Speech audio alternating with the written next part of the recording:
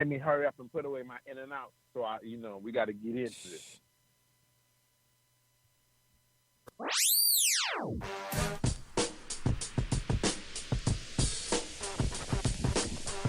It's time for the shop report with Barbershop Jay.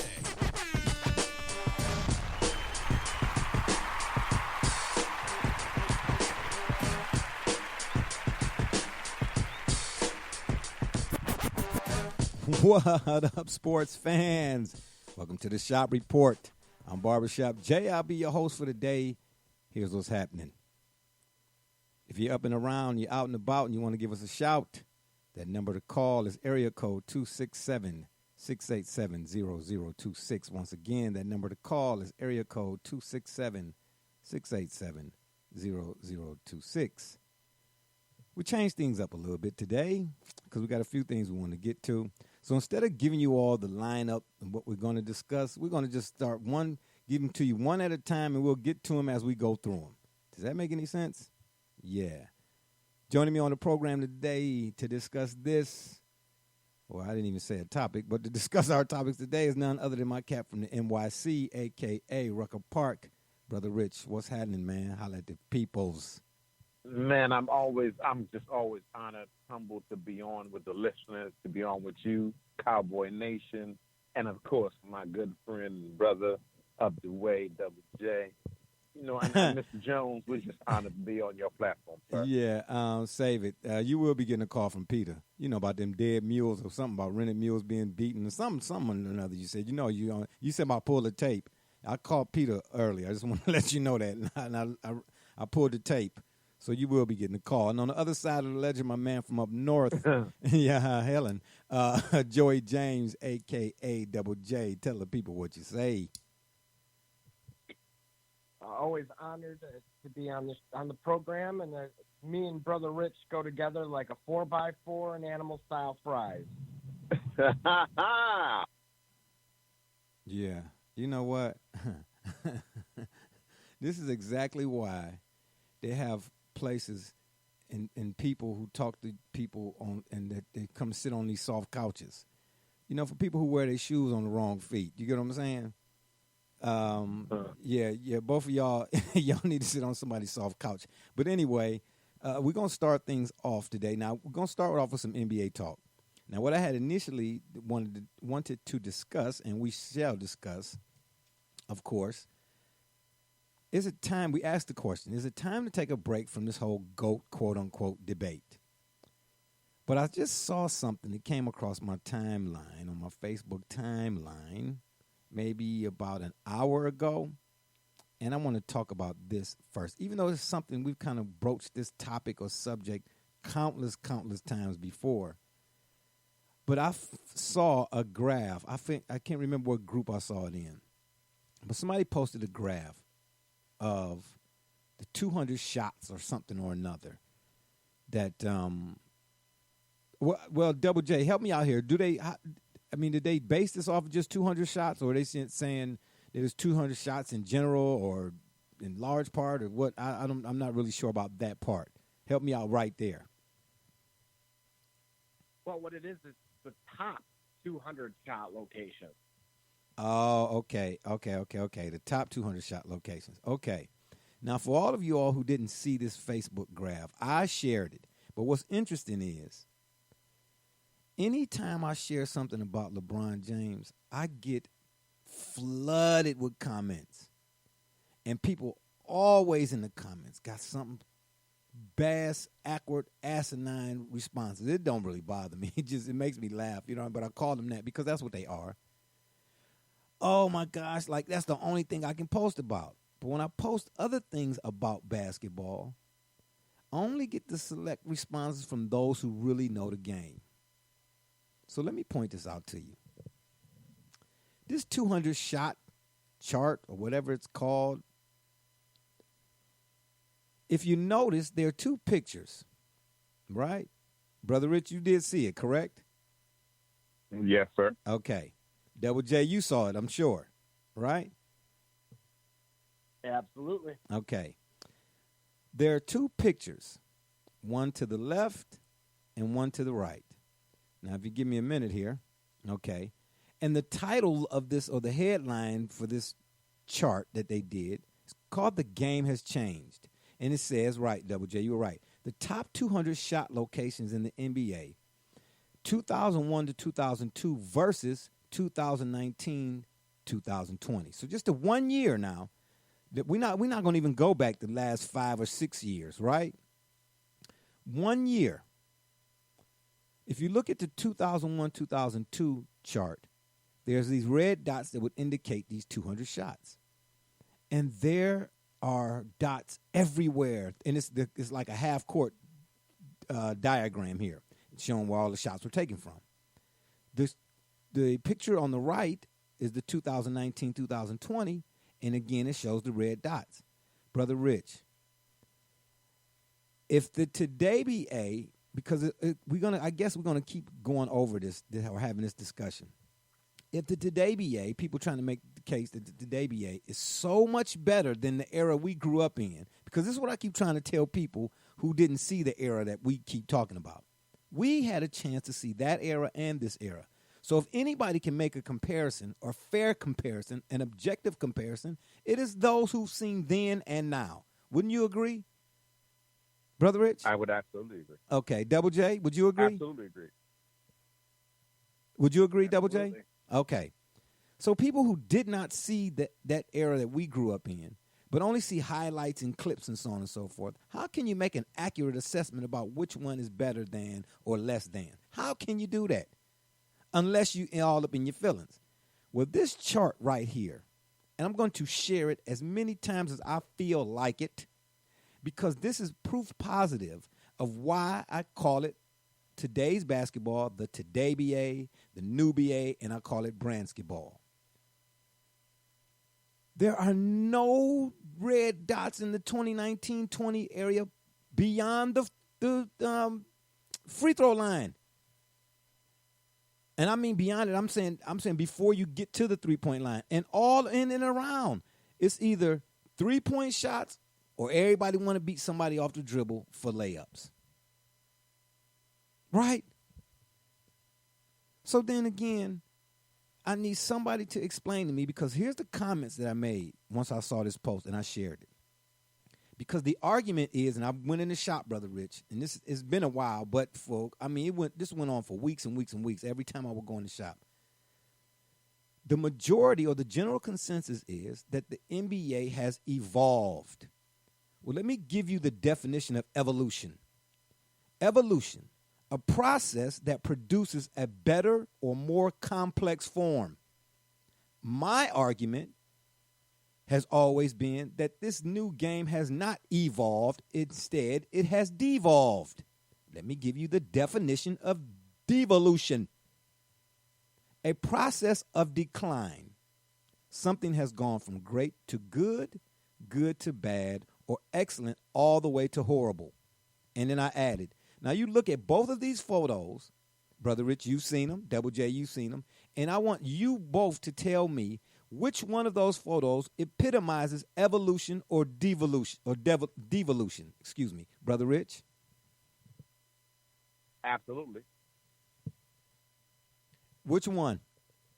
Which picture? The one on the left? Hey. Okay, well, just tell me which picture. Well, go ahead. Well, again, all I can say is this. I cannot disagree this is why I refer to it as exactly what you call it, the Today BA, because I've told you from day one, I believe that the players are more talented.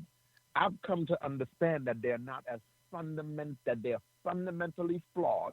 They are not fundamentally as sound as the players of the prior day, as you would call it, the heyday.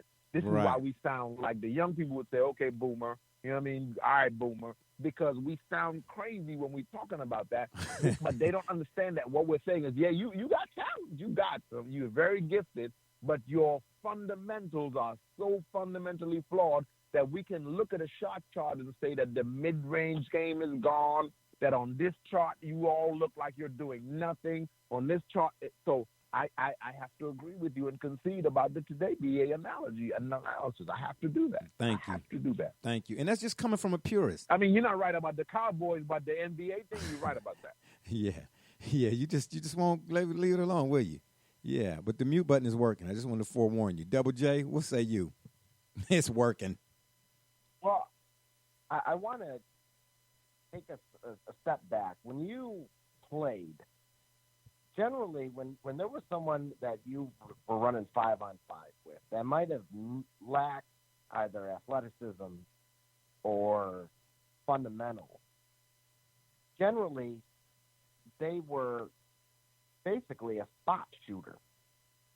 You could kick it out to them from behind the arc, and they were at least good for burying a shot. And if you look at that chart, I think it epitomizes exactly what I'm just pointing out.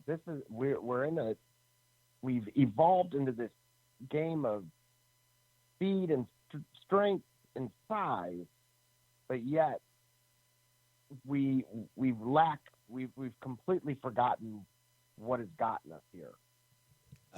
Indeed. Instead, we've fallen in love, no different than baseball with chicks digging the long ball. Apparently, chicks dig the long shot too, because that chart tells you everything you need to know. Yeah, and chicks digging the long shot, they don't understand that long shots lead to long rebounds, and that don't last long, and neither does the chick that loves the long shot, okay? Because she's going to leave you once the shot ain't going in no more. Gotcha, yeah. I mean, I have to reiterate, there's no way that we sitting there watching the same game and all of these foolish comparisons are being made, whether it be player, team. I've been going back and forth, and I hope RB is listening right now. Some of the guys in my job, they swear up and down, we've had this discussion as well, that these current players could have played. They love talking about which players could have played back then in that era. Oh, LeBron definitely could have played. Okay, that's fine. But I, again, ask based on what? Right? Which player could have played back then? At the end of the day, man, if you're looking at that from a physical or a physicality standpoint, that alone ain't going to cut it. Not back in that league. Do you understand? The idea back then, it was more cerebral in addition to the fundamentals. And then, Brother Rich, let me ask you, back then, at what point did you see, from as best as you can recollect, did you see lack of effort on any given night, regardless of what numbered game it was in the regular season, playoffs, or otherwise? Well, see, this is why I think that it's important for this era of basketball fans to understand who and what Michael Jordan is to the game of basketball, and why, irregardless, and I'll concede this to the listeners, I'm a Kobe fan. I am the number one Kobe. To me, Kobe Bryant is the best basketball player I've ever seen. Nevertheless, I concede that Michael Jordan is the GOAT because as it relates to his effort, as it relates to his skill set, as it relates to who he played against night in and night out and what he gave them as it relates to the game of basketball. And remember, this is why I think when we talk about the GOAT conversation, we're talking about basketball. It's a very unique, it's not football, it's not baseball. Basketball is unique in that one player can and oftentimes does and will make a difference. Michael Jordan, more than any player of the modern era, made a difference in the game of basketball. And so we concede, those of us who love, honor, and respect the game of basketball, that Michael Jordan is the GOAT. So for the game of basketball to get to a point where we're not even dealing with effort, we're not even dealing with, I heard a prominent basketball player say recently, how can you be in the GOAT conversation and you are not a 70% free throw shooter? How can you be in the GOAT conversation? They're asking these, and eventually people are going to look at this like, wait a minute, I can't be in the GOAT conversation and I've been to the finals 9, 10 times. I only won and I barely won 3 times. That's not a GOAT conversation. You can't have a GOAT conversation around that. That's what I said. How can the guy who got less than the guy who got more than be better than? Right? And then folks, but I don't want to join our host in this because I love LeBron, and I don't want to join it in the sense. I know you do. But I love and honor. But you got to join me in truth. You got to join me in telling the truth. No, but I was clear in saying I'm a Kobe fan. Okay. I'm a Kobe fan. All right, that's fine. I ride with Kobe. That's fine. But you can join me in telling the truth. Double J, you want to weigh in on this for Brother Richard? Get that call from Peter sooner than he would like. Yeah, it's coming. Yeah, it's coming. Yeah, buddy. You done tore your ass, Scott. What you say, Double J? Well, I did want to kind of confirm with you. Were you weeping when Jimmy Johnson received his Hall of Fame? No, I wasn't. But go Canes. Yeah, y'all know what it is. See, this what y'all don't want to do. Y'all don't want to give credit to the fact that despite the Miami Hurricane football's program, the current situation being null and void darn near, but there's still sprinklets of Cane Nation all throughout the situation currently. You understand? We're going to always be. As long as you see college football being played, understand that the Miami Hurricanes had a whole lot to do with why it's being played, the way it's being played, even to this day, currently. Continue. Jimmy J. Well, he should have been in 10 minutes ago. He should have been in when they first was letting folks in is what he should have been. But I'm going to let you finish. Well, and yeah, we know you're not, that was totally based on what he did rather than who he represented. He represents the Canes. What are you talking about? I know. I don't see what road you're going down here. I don't follow you. I mean, imagine, Double J, imagine in one lifetime, one man can represent the Canes and the Cowboys to this man. You know he's in paradise. Well, guess what? At least we got one representation representing whoever instead of 18 different head coaches in 18 minutes. But I digressionize. What were you saying, Double J? Were you saying something? I couldn't hear you. Oh, it's not worth repeating? Well, no, regarding how the game has changed, again, that shot chart just simply represents to me, as you pointed out, the long rebound. Exactly. Again, you're either driving. It to me, this game can be summarized as you're going to run the pick and roll. If the layup's there, James Harden, Russell Westbrook, you take it. If it's not there, you're immediately kicking out because now, again, the center or the 5 position is expected to be able to have a long-distance shot of some kind, even if it means they can throw it and hit the backboard, because sometimes it's just ugly. Yeah. And you're getting rebounds and you're scoring inside of the painted area or otherwise. The mid-range game has died. Why? How? What would you say is the main reason why nobody utilizes the mid-range anymore? When it was such a focal point not that long ago. Yeah, because players are, for the most part, they playing for style points. They playing for cool points. It's something to aspire to want to be on Shaqtin' a Fool now. Get what I'm saying? Now I want to say inspiration. The motivation behind playing now, for the most part, seems to be, fantasy. We've said it before. It's about the fantasy. That's the reality now. You know what I mean? All these fantasy leagues, whether it's football, basketball, baseball, who don't matter. All these fantasy leagues. These are little children now, Jay. Let's be honest. These are kids now. I mean, when we were watching Dr. J, he was a man. Michael Jordan went to college for 3 years. Kevin McHale went to college for 4 years. So we were watching more mature players. Look at Markelle Fultz. This was a little young kid, in essence, of what we call a child today. That came in the NBA and was unable to handle the pressure of the league. LeBron is fantastic and surprising in that all that was put upon him, he handled that, and we gotta respect the fact that everything they gave him to do, he did that.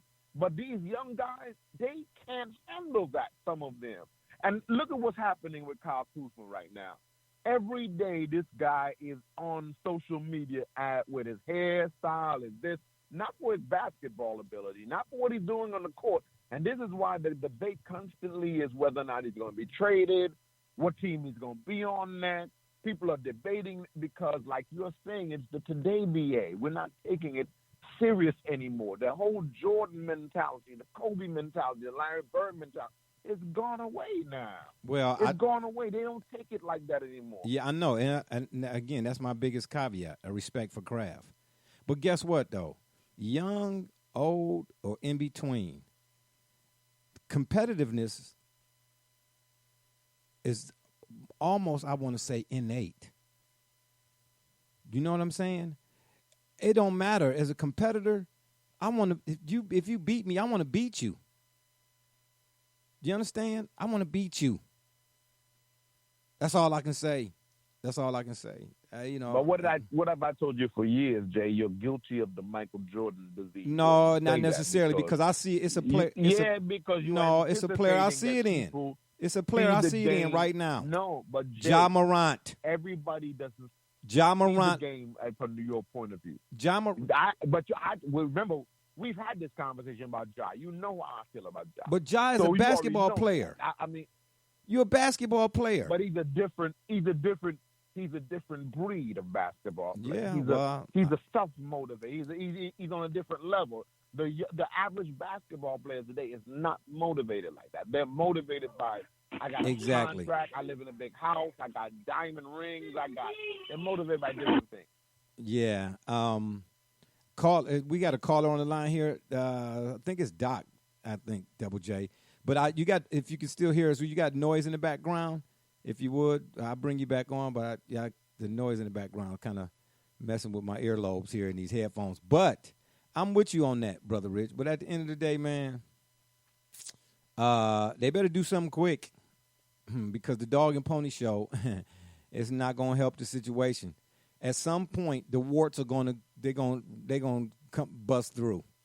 That's all I'm telling you. They're going to bust through. The NBA basketball in general has become one-dimensional. And like you, Brother Rich, said a while back, a lot of people are saying, yeah, I'm just going to stick to the college game. If you're up and around, you're out and about, and you want to give us a shout, the number to call is area code 267-687-0026. Once again, that number to call is area code 267-687-0026. We got a caller on the line. Caller, what is your name, and tell us where you're calling from? Hey, this is Prince from Cali. What's up, Cali, man? What's happening? What up, man? Yeah, I appreciate you calling in, man. Give me a break from Jerry C.A. down there in San Diego way. That's Brother Richard I'm talking about. You know what I'm saying? Well, tell us what's going on at the Staples Centers, man. You know what I mean? Brother Rich, watch it now. Right. Depending on what Cali come with, it might be your replacement. I'm just saying. Peter. Yeah, what's going on out there in Cali, man? Nothing. The weather's good. We're getting better. I mean, that's all I'm really. Yeah, but, that's the all that basketball matters. is. We're it's that highway struggle. It's a highway struggle. Yeah, man. We appreciate you for calling in. So you heard were you listening to us when we were discussing the shot chart, the NBA shot chart? Yes. And I heard you guys about the.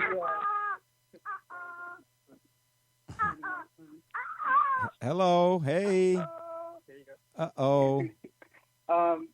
The debate of the GOAT debate, right? Yeah, for the most part. I think I heard you saying something about competition or being competitive and it being innate. Yeah, well, we were actually talking about there's a Facebook picture that was put up, and it basically was saying how the game has changed, and it went from, one like just in a year's time, from like 01, I forget the number because I don't have it up here in front of me right now. I just took it down, but from like early 2000s, to the late 2000s, here 2019 to 2020 or whatever the case may be, it was just saying how the game has gone from, and they got a half court in both photos. There's two half courts, and it's showing little red dots on where, shots are being taken from. And in the one earlier photo from the early 2000s, the shots are from all over the court, whereas in 2019, 2020, the shots seem to either come from all right at the rim or all beyond the three-point line. And we were just talking about the evolution versus the devolution, of the game. Well, I think there's a couple things. So like one of your callers is saying, they grew up watching Doc, Jordan, Kobe. Right. Kobe had something interesting to say. He said, when he got this is just with competitiveness. He said when he first got into the league, he thought it was going to be harder than, way harder than high school. He said in a way it was easier because in high school everybody has that wish of going to the NBA, has that dream of going to the NBA, so they're fighting hard.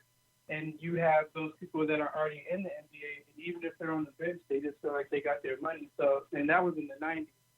So this was Kobe saying that. He was like, so it was easy for me. I just had to put in the work, and the rest pretty much everybody else was content. So that's one thing that I thought that Kobe said that was super interesting. And then now I think the relatability is just, it's easier. You get put on highlights from dunking the ball or shooting and making a bunch of threes. And, it's a lot easier for people to be Steph Curry than it is to be a Kobe Bryant or Michael Jordan, if that makes sense. Interesting. Brother Rich, what do you say to that? Again, he's making my point. I didn't hear that part of what he said, my favorite player of all time said, but that's the point.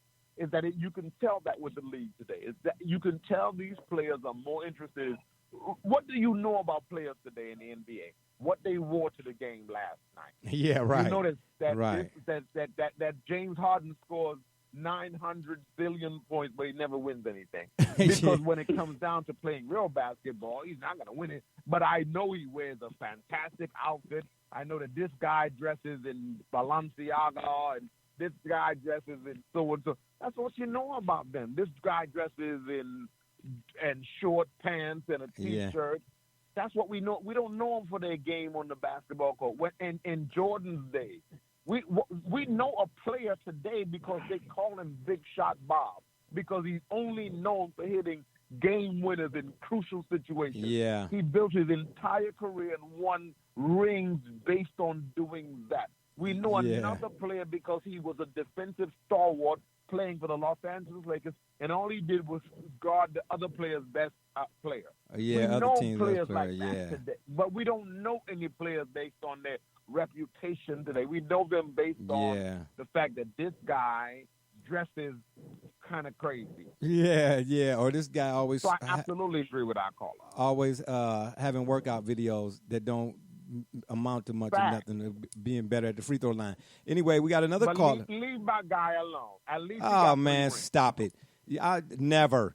Not as long as I got people who, who look like Harris Krishners singing his praises, beating that little guitar or whatever that thing is. We got another caller on the line. Caller, tell us where you're calling, what your name is and where you're calling from. Hello? I don't know. Maybe they don't want to say nothing. I don't know. Yeah. That call is gone. Callie, you going to stay with us here for a second while we get to this next one? Yeah, okay. All right, it's all good. Okay, so we stand with the NBA, of course. And like I said earlier in the program, is it time to take a break from the GOAT debate? And if you say it is, which I think it is, here's something I think we should replace it with. And again, I'm going to tell you what my source is. Facebook is good for this. I'm in a few groups, and this one particular group is called NBA Basketball and Sports News Talk plus Fantasy DFS Picks Debate Group. Now, I mentioned this before. I still haven't found out what the DFS means, but that's neither here nor there. This guy, he and I kind of fantasy sports. Oh, okay. Oh, I appreciate that, Double J. Did you double down on that one too? Did you double down on the Browns? Don't you even say a word, Richard Stefanski. I'm just saying, man, this is what we do at the shop, baby. I don't know this gentleman's name. I don't know how to pronounce it, but it's J.M. I'm figuring it's Jim Arcega, Arcega. But he put up a good post, and he posed a question. He said, I don't know if you call it a question, but he just kind of make kind of a statement. Maybe it's time for us to take a time out with the GOAT debate, is what he said. I said, put it to bed. He said, but what about the greatest role players of all time? he mentioned Rodman, Cooper, and Ori. And I thought that was part of it was pretty good. Get rid of this debate, GOAT, who is the GOAT and all of that. Like I said before, I don't even know where that crap came from. But what's interesting or something I think is debate worthy is the last portion of what he said here. Brother Rich, who would be in your estimation, the greatest role player of all time? Michael Cooper, without a doubt. What? Without a doubt. Callie, who would be your greatest role player of all time? Yeah. Greatest one that knew their role. I think Rodman's up top. I think Kerr is up top. That knows your role. I mean, that's tough, but I think knows your role. You got Rodman, you got Kerr, and then the big three, and with the Spurs when Duncan was playing with Ginobili and Parker, they all knew their roles. I got and you. that's why I think they worked so effectively too. Double J, what about you? This may come out of left field to many. I'm not surprised. You're a Browns fan. Go ahead. What you say? I told you, Brother Rich, I done had enough of y'all with this Jerry Jones stuff. You know what I'm saying? I'm coming hard. I'm coming hard today, baby. What was you going to say? Say it. But don't spray it. Scottie Pippen. Oh, wow. Really? That's out of left field? Wah, wah. I mean, You better be glad I don't have no sound I effect. can't argue with that. I couldn't argue with that. I didn't think about him. He didn't mention it. I can submit to that. I can agree with that. What? I mean, if you want honorable mention, I'll go Bobby Jones, Danny Ainge, Lamar Odom, Jason Terry, AC Green. You don't think Moses Malone? I thought he was the star. Oh, you thought he was the star over Doc? Oh, yeah. By that time, let's remember now, I was a Sixers fan. He was the star at that time. He was the one. Remember, it was Malone who said, fo, fo, fo. It was him. He was the one that Yeah. was leading the team in scoring, rebounding. Okay. He was the star at that time in his career. It was about Moses Malone. Dr. J was at the twilight of his career where the whole league wanted him to win. He was the sentimental favorite. And Okay, remember, you just pointed me to the documentary recently. Okay, so Dr. J in that instance was the role player. Fact. Well, then it would be Dr. J over Scottie Pippen. No, it was definitely Pippen.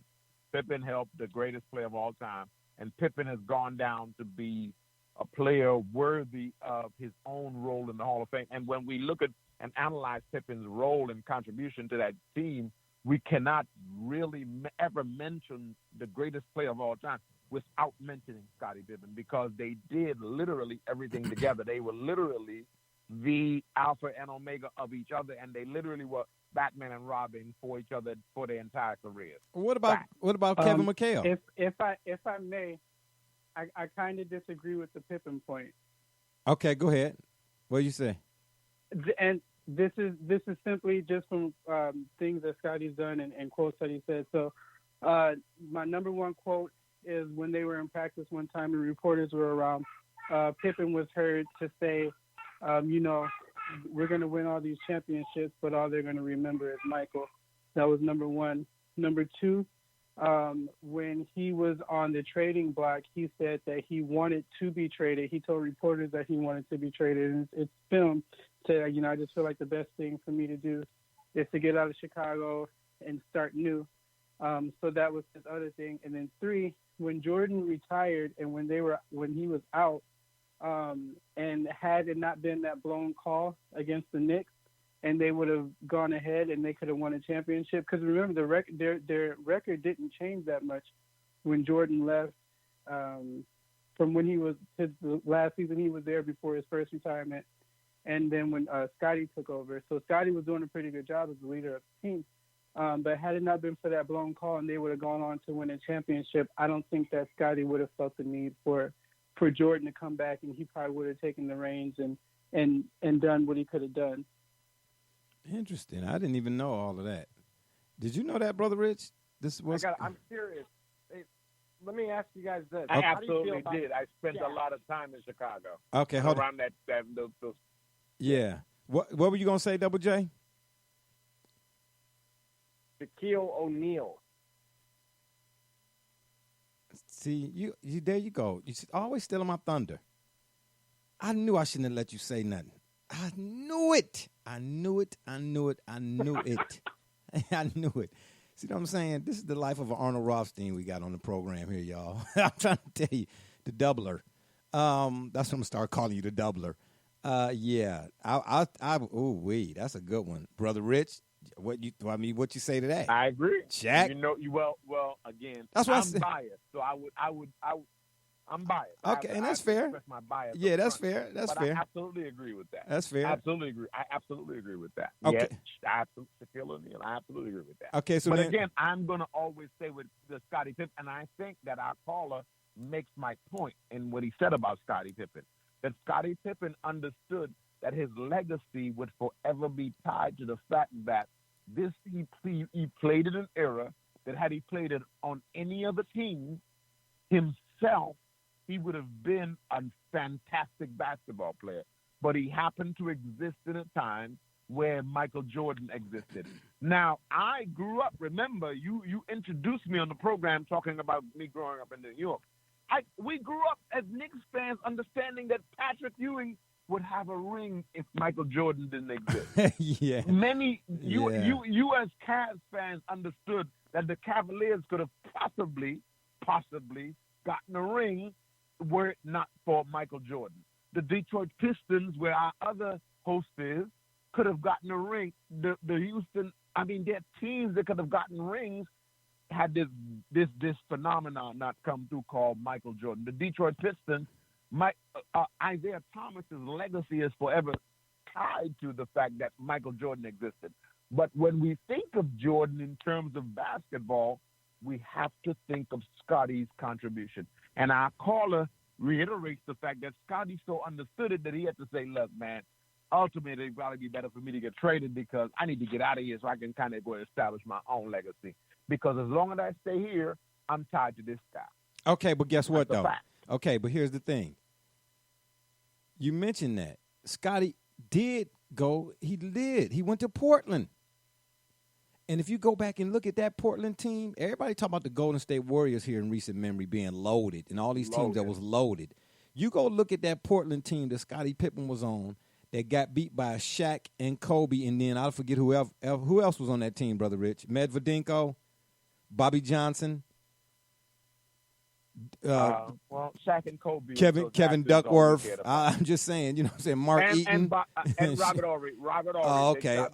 All right. Big Shot Bob was on that team. Okay, I'm just saying. But if you look at that Portland team was, especially for that time, that Portland team was stacked.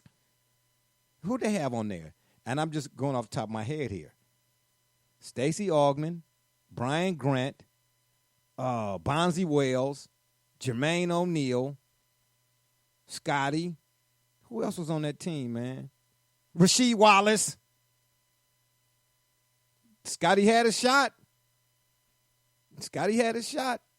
And a whole lot of high grade marijuana. Excuse me. I'm just I can't wait. That's TMI, man. Too much information. And nobody need to know all of that, man. Don't forget Steve Smith was there. Oh, and Steve Smith. Oh my gosh, Steve. Did you say I didn't hear Mighty Mouse or Sabonis or Shrimp. That left Shrimp. Devlin Shrimp was on that team. Who was Mighty Mouse? Ooh, who's Mighty Mouse? Damon Stoudemire. Oh man, oh my gosh. See, we're gonna. I'm glad. That's an all-time team. That's an all-time team, and everybody want to. Man, you know what?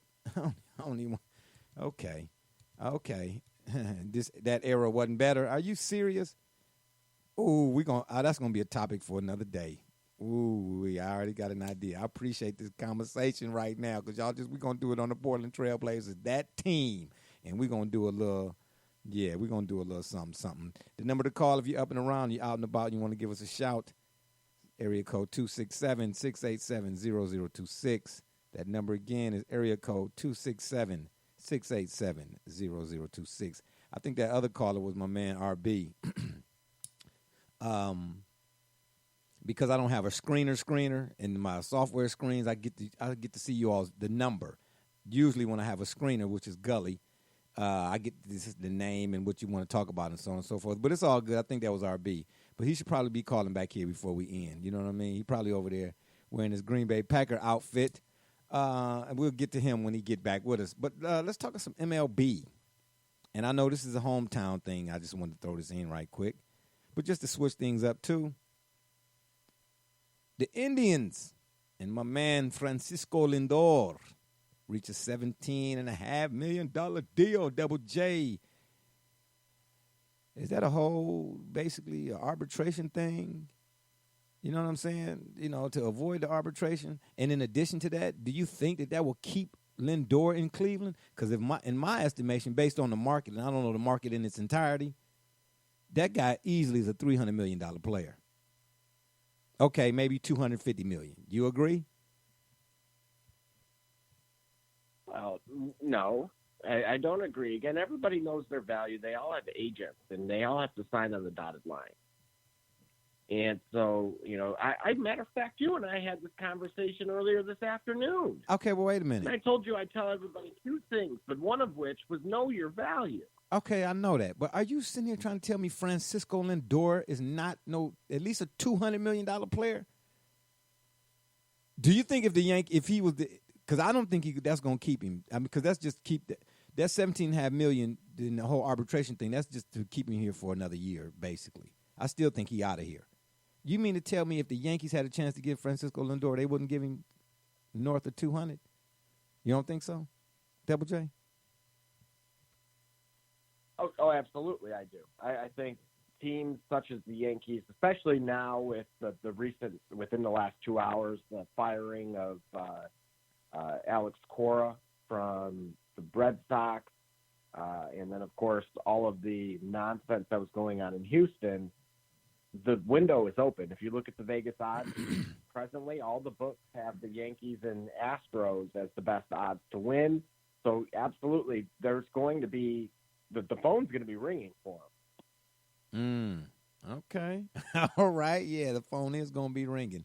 Yeah, our phones ring, too, sometimes. Brother Rich, what say you? You think the Indians keep Lindor for the long haul, or he end up in a Yankees uniform? Well, I definitely no, I think they definitely keep him. I think because they're giving him the money early, and they're considering the market. They're throwing money at him because I hate to say it like this, but this is a factor. They have to throw the money at him to convince him to stay in Cleveland when he can opt to go to the Yankees or somebody else like that. I'm not convinced of the Astros anymore because we know what's coming out about them now. Their organization is about to be in some serious trouble, and we know that they, I'm a Dodgers fan as well, as being a lifelong Yankees fan. The fact that they stole the last World Series, we know that now. So their organization is going to go through a certain thing now. So the Yankees are propelled as being the favorite going forward. So they're going to be pulling for all the talent. So it's a wonderful move for the Indians as a good baseball team, a good baseball town, to try to do everything they can to secure him as talent going forward. I think that's a good move. Yeah, because, this is the second time. I don't know who the first player was, but this is the second time, or this is the second highest deal that the Indians have ever offered a second-time arbitration-eligible player. Yeah, that's a great move. Great move. Yeah. I don't know, Double J. I mean, you got to look at some of Lindor's numbers, man. Last year he hit 284, 32 homers, 74 RBIs, and 22 steals. And that was batting leadoff. Is that good for leadoff? Double J? No. Again, Jerry Jones. With the Jerry Jones, right? Yeah, Jerry Jones. Okay. Yeah. Well, apparently, even though Lindor is still under team control, like I said, for one more year, but, the word is he's still being rumored in several offseason trades.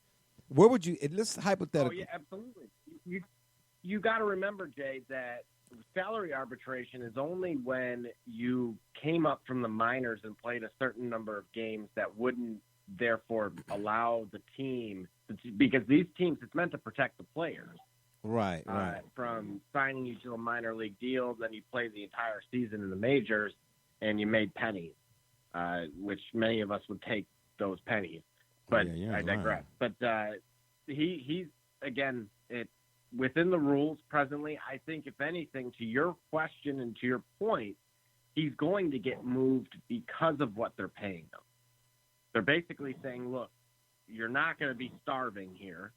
But at the same time, while this is going on, Cleveland is in right now kind of a state of they need some additional pieces, and they can get it by moving Lindor.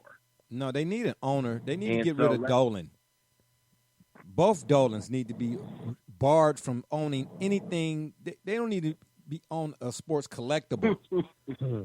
I'm telling you, they don't even need to own a bobblehead. If I even see one of the Dolans down at Cavs bobblehead night, arrest that man. I'm just saying. You know what I'm saying? Get him out of here. You know what I mean? I'd rather see. Who do you suggest? I'd rather see Eric Snow hit 10 jumpers in a row. We got a caller here. Who's making the background noise? Who's driving right now? Seriously? Again with the background noise? Yeah, tell us your name and where you're calling Fee Rum. I think I know who it is. Hello? Yeah, this is Sean. I'm calling from Cleveland. Oh, okay. What's going on, Sean? What's happening? I thought you was one of my dudes, man. My RB. This just ain't RB. Oh, yeah, man. I'm definitely not driving. Okay, got you. Okay, it's all to the good. Yeah, man. So you, well, we just was talking about Lindor and the Indians, and, in this $17.5 million arbitration deal, I think to keep him here, of course, for another year. But I think he up out of here eventually. And I was getting ready to ask the question. Yeah, I mean, unfortunately for Cleveland sports, it's the same old. You get drafted here. You got about a 5 to 7 year way. Yeah, they try to offer you a little bit of money, but then at the end of the day, you end up leaving. Similar thing to the what Manny Ramirez. Yeah, and, probably other countless stars that started here. Even like same thing with CC. You got a good farm system, regroom them, but then after a while, it's kind of like, they look at it like, hey, like you said, Dolan, he's not going to pay anybody. We try to get these pitchers, and then every postseason, we have a good regular season, but then postseason, it's always some fluke or something happens. Yeah. And, it's just the same old. And then it's just a revolving door, every year. 7 to 10 years. Yeah. So, I guess it's just.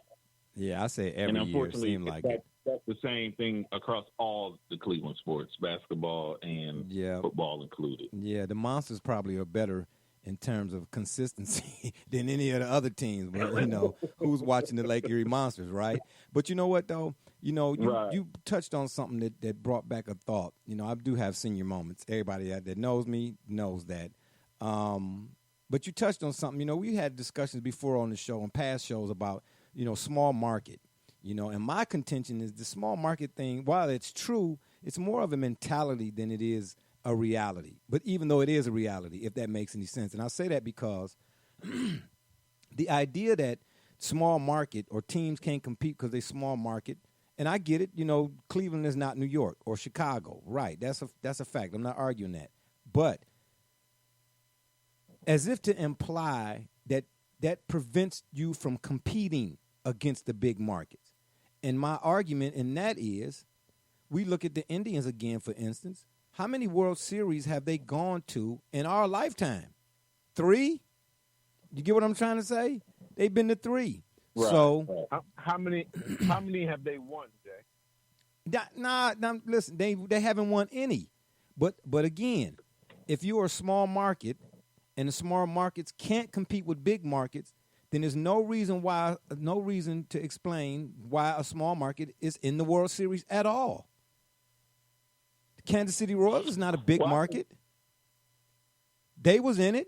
Yeah, but I think even when you get in it, it's always some type of narrative about how you got in, and it's kind of like you're not going to get back in. With Cleveland, I mean, we should have had at least one. I mean, At least one. Those 90 teams. But at the end of the day, the whole thing with baseball and the whole thing, larger market, big market, I mean, I don't care how, everybody kind of say loyalty, but at the end of the day, you really only loyal to money.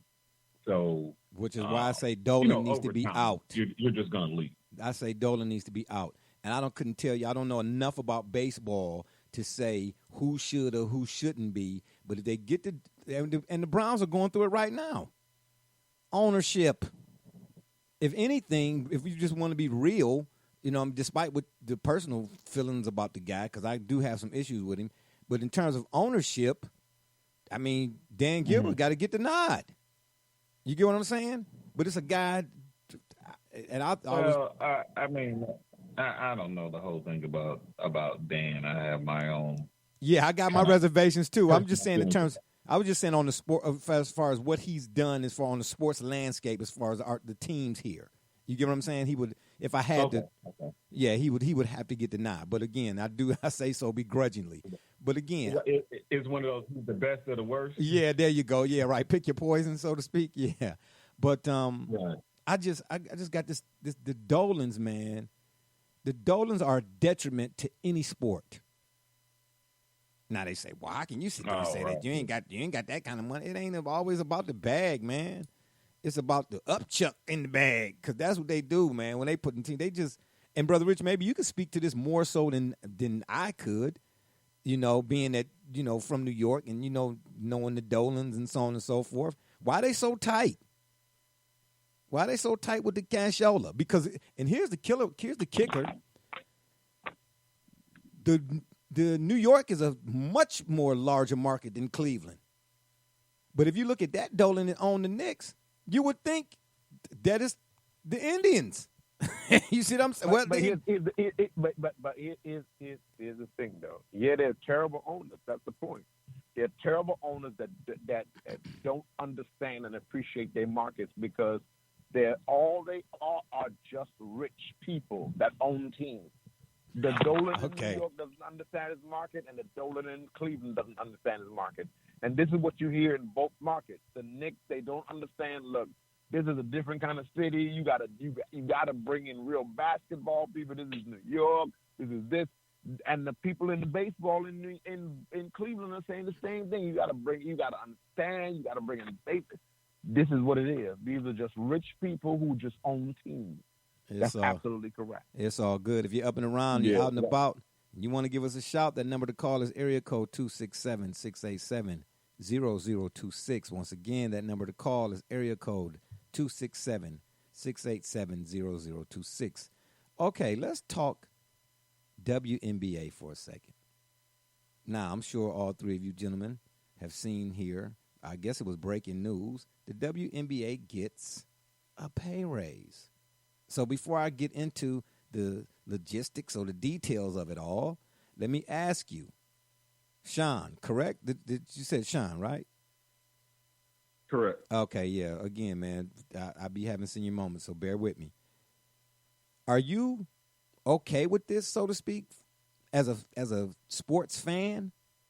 Do you think this is a good thing for basketball in general, for the women, whatnot, or you think it's a bad thing? I mean, I don't even know if I really have a definitive answer about it. I mean, I know it seems like with, just women's in sports in general, it's, one thing is like outside of, if it's not women's soccer, you pretty much don't hear anything about it. I know. And even I think, maybe if you're in that market where they actually have a team, maybe it's a little bit different. But I mean, they try to get the sponsorships, and they, sometimes they may try to get the NBA players or athletes from different, from different sports to kind of support it. But, even with that, that's kind of like a one-time thing, or maybe is a playoff or a championship game. So yeah, got you. I think it's just, unfortunately, it's just, for some reason, I don't know, here, maybe in America, it's just not big, but a lot of them, you see all the time, they won't stay here.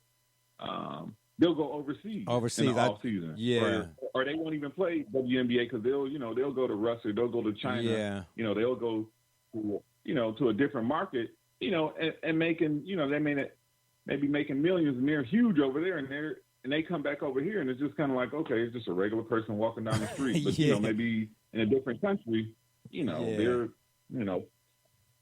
put it in a different high regard. So, I think, unfortunately, I just think here in this country, I think it's so many other sports, and everybody is more preoccupied with all the other stuff. Yeah, that's right, exactly. Yeah. So it's kind of like, and then it's kind of like, unfortunately, they play in the summer. So, like in the summer, to me, that's pretty much dominated with baseball or getting ready to start up the NFL season or college. So it's kind of like you got that maybe a 2 or 3 week window. Yeah, they kind of get caught up in the wash.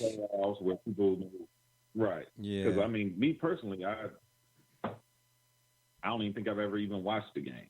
Well, I think. Yeah, I have. I do. I like the Aces. I do. That's one of my favorite teams. Now, I don't get to watch much. Oh, love baby. Yeah. I don't get to watch I don't get to watch much when it comes to sports in general nowadays due to my hectic work schedule, but I catch what I can when I can. But if it's a WNBA game on, I watch it simply because I pride myself on being a purist, especially when it comes to basketball. Excuse me. I just got this affinity for fundamental basketball. We all grew up and understand, regardless of what time, even if you're a person who's in your early 20s, I'm sure you've heard the expression, work smarter, not harder, right? When I watch basketball, when I watch NBA basketball, man, and Brother Rich, you and Double J know we've had this conversation on more than one occasion. When you watch the men's side, now I know the talent is what wows you and keeps people, that's what draws people in and so on and so forth. I get it. But to watch all of the three-point shots and the bad possession after bad possession, nobody is sitting through games anymore from start to finish. But I tell you what, from a fundamental standpoint, you won't see the athleticism on display in the WNBA because the women don't dunk like the men do. You get what I'm saying? I guess it's the whole red sports car thing. Everybody loves to dunk. Ooh. But from a fundamental standpoint, from a floor game standpoint, I'm more in tune with that because you see the crisp passing and the cutting, and you see the thought process that went into this play design and so forth. That's what I want. When I watch the sporting event, I want to be able to learn something from it. You know what I mean? Even though I've been around long enough to see most sports and sporting events, still, you never stop learning until you're gone from here, and I pray it ain't no time soon. You get what I'm driving at? When I watch the women's game, I'm like, oh, okay, now I see why. And then for the most part, it's a teaching moment. If you want to teach the game and how the game should be played, where it's easier for you than it is more difficult, it's the women's game. And then I go all the way back, goes way back. You all might want to look this lady up, man. Saudia Roundtree. She was a point guard for Georgia. Code. And this is a young lady play for Oregon right now, and I cannot think her name. Bethy Hugek or something or another. One of them names that got a J in the middle of it and a C and an E and a G and all of that. But whatever her name is, she ball. She can ball, put it on the floor, baby. She get down with it. But they don't rush shots. They don't waste possessions at the women's level. They don't waste possessions. They just don't. Again, from a fundamental standpoint, I like watching the women's game. But let me throw this at you right quick before I get to you, Double J. We'll get your thoughts on this as well. Some of the details for this groundbreaking, as they calling it, WNBA CBA, collective bargaining agreement, league-wide salaries are seeing significant bumps with the top players set to earn over $500,000. I think it was a number in particular. I think it's $130,000 to up to $500,000 or something or another, and that's more than triple the previous max. Every player gets her own hotel room, and players receive full salary on maternity leave. And then there's the potential for a 50-50 revenue split. Double J, here's what I'm going to say to you. If they're doing this now, all right, is this the NBA? And if it is, why now? They could have been done this. Holla at me. you got to remember where the league was, because this league came in literally in the Stone Age. So they had to make up a lot of ground in a short amount of time. Where the concern comes into play is, despite on the surface it appearing that the league itself generates about $60 million in revenue. So naturally, the players are fixated on $60 million in revenue, and we want a bigger cut. What they're failing to realize is that the league loses roughly $10 million a year in terms of total, net operating profit or loss. But again, they're fixated on how much money is the league itself generating. Okay. Now, I know you mentioned you're a fan of the Aces. I attended an Aces game inside of Mandalay Bay. I was pleasantly surprised by the product. And, I think moving forward, there's been this stigma about all of women's sports. And you know what? Let's just be honest here. Let me throw this in right quick. You say stigma. I'm glad you said that, because I was going to say predisposition. It's almost like, hey man, the Aces are playing is the Liberty, the New York team. Man, yeah, whatever. I don't want to. It's already, you already made your mind up. You don't want to see that because it's the women, quote unquote. What would that mean? But you say you're a basketball head. But go ahead, Double J, finish. If it's basketball, then it's basketball. I want to see it, especially if it's worth the watch. Go ahead. Well, and that's my point, and that's why you're seeing. I would say this is this example encompasses all of the sport as a whole. So while the WNBA generates $60 million, the NBA is generating $7.4 billion. Okay, and we get it. And you and I would argue that the quality of the product that's generating more revenue than it ever has is actually worse than where it's been in the better part of the last 2 decades. You talk about the NBA. Correct. That's what I'm saying. That's what I was just getting ready to point to. When we started the show off talking about the graph, in terms of the 200 shot graph or whatever the case may be. I'm telling you, I'm going to post that for everybody to see. So at the end of the day, when you said, let me come back to you right quick on this. Okay, $60 million, right, for the WNBA. Who's to blame, if at all, for that number not being higher? Or who's responsible for making sure that number gets higher, if I'm not saying the same thing here? You get what I mean? Absolutely. And you know what's interesting about that point that you're making? It's the point that everyone's ignoring. It's the upper management, your C-level directors.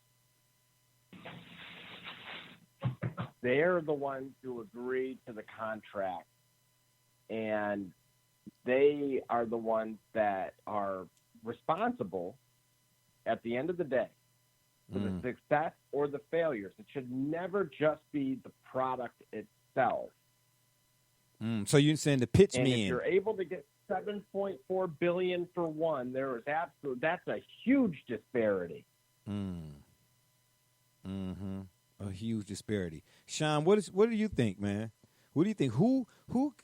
What does the NBA or the combination of the NBA and the WNBA need to do in order to? Because I'm asking this because I think they do excuse my French fries here, a piss poor job of promoting that product. We used to be a team in Cleveland too, by the way, the Cleveland Rockers, and they were pretty good. Right? Yeah, they were pretty good too. The Rockers. Yeah, the Rockers were pretty good. But who do you think? I mean, yeah, with the combination of the NBA and the WNBA, who needs to do what in order to promote them better? Because better promotion leads to more revenue, wouldn't you think? Right. I mean, unfortunately, I just don't think that nowadays maybe the women players don't have that same, I don't know, maybe the same cachet as the older ones do. I don't know if Okay. it's maybe just like after the Olympics you hear about them, but then after that you don't hear about them. Like the days of the, like Lobo, Yeah, Swoops, yeah, um, Tina Thompson, Lisa Leslie. yeah. Like I can Cynthia I can Cooper. run up all these names, but then now I can barely name 2 or like 3 players, yeah. 10 players. I think maybe Sue Bird, Yeah. like you said, I like Ava Wilson. I like Sylvia Fowles. Sylvia Fowles. She's still playing. Yeah, she play in the paint. Oh man, she got a wicked drop step. Wicked. I'm trying to tell you. And it's from the beginning of it. She know how to call for the ball. Hold on. Matter of fact, hold on. Let me back up a minute here. Brother Rich. Well, Jay, let me tell you this. Lynn Cash was incredible Yeah. when she was on the Detroit Stars. Yes. And to Sean's point, I want to blame the executive. But to Sean's point, as a fan and supporter of all things basketball, are they failing on the developmental side of things? The way that we know that the NBA is a factory at this point, and we can look and pinpoint at the high school level who's up next. As many coin that phrase. Yeah, but Is it a developmental issue? No, I don't think so. Because you could watch girls basketball in Cleveland, and you'll see that the passing and cutting it's crisp. You know what I mean? You don't see the girls getting up off the floor from having fallen from doing too much with the ball. You know what I mean? And girls are much more easier to. Boys, you say, hey, man, and you can show them and tell them 13 different times, and they still say, huh? Like, really? You didn't get all of that, huh? No, we sat here for an hour. Go ahead. Well, just adding on to that point, I think, unfortunately, now, the whole basketball, basically, I think more or less for the young, for this younger generation is more or less like about the wow factor. There's nothing more about the, the fundamentals. And a lot of it, nothing against Steph Curry, but then everybody now think they Steph Curry or James Harden. Yeah. I just want to dribble. I want to pull up. I'm going to shoot. I mean, you got you got these 7-foot or 7'3" guys. Yeah, like you said, like you should be in the paint dominating. You got 5-6 inches over anybody who's going to be in the paint with you, but you want to be 25 to 30 feet, pulling up. Every now and then it's a shot clock going down. Okay, yeah, but I mean, that's just how. Yeah, as a norm, nah, it don't work out. That's why I said, man. Even Dwight Howard pulling up now. Oh boy, that ain't all he pulling. Sylvia Fowles. I saw her, and the reason why I said I wanted to back up, and to Brother Rich, I'm gonna let you weigh in on that too. You remember? I don't know if you remember exactly. It was maybe a couple of years ago. You and I, we were talking about Kobe, and we were talking about how Kobe. Yeah. How he used to seal defenders when he was getting post position. It's a thing of beauty. From the begin of the post, she knows how to seal the defender. She knows which hand to put up. If you look at her feet, one foot is where it's supposed to be, the other foot is where it's supposed to be. And when she know how to win the call for the rock, she let the other. She'd send the guard out to pull that defender away so that she can get the man. It's just textbook. It's textbook, man. I'm just, again, I still watch the NBA. I'm just a fan of the sport. You know what I mean? But I don't watch the NBA now. Really, if I can sit down and watch it, I don't watch the NBA until the fourth quarter. But a WNBA game, if it's one on, I'm watching it from beginning to the end. You talking about the passing and cutting? I'm just, I'm a John Wooten. I'm of the John Wooten school, of the John Thompson school, of the Big East, when they was giving out 6 fouls from 90 to 93 or 90 to 92. You know what I'm saying? Yeah, I'm, that kind of basketball where, you come in this gym. If I find out you that dude, you coming to play us, and I found out you that dude is averaging 30, 30, and 30, and 30, and 30, and 30, and 15. Oh, when you come to see us, oh yeah, we're gonna see if that's gonna be the case when you leave here tonight. You know what I'm saying? Yeah. Act like you want to do all that old, that old hot sauce and one stuff. Man, you gonna catch that forearm bending that corner. Anyway, I bet you cut all that old dancing out. Yeah, but Brother Rich, you know, as far as the WNBA goes, man, you know, who's responsible for the promotion? You know what I mean? To get them that money up, that numbers when it comes to that money, get them numbers up. Well, you know, it falls on me, unfortunately, to be the bad guy in this conversation because Yeah, here's the issue. I'm not there. surprised. I respect what you're saying. I respect what the WNBA would say for themselves. Here's the issue, though. Let's look at the real and the sure and the raw numbers that Double J pointed out to us. One league is generating 60 million or billion or something like 60 million, and the other one is generating billion. Why is that? Because here's the thing we're talking about. You're asking me, if you ask me, what's your favorite movie of all time? And I said to you, perhaps one of mine would be The Godfather. That falls within a certain framework, a certain genre, and they would call that a quote-unquote gangster movie.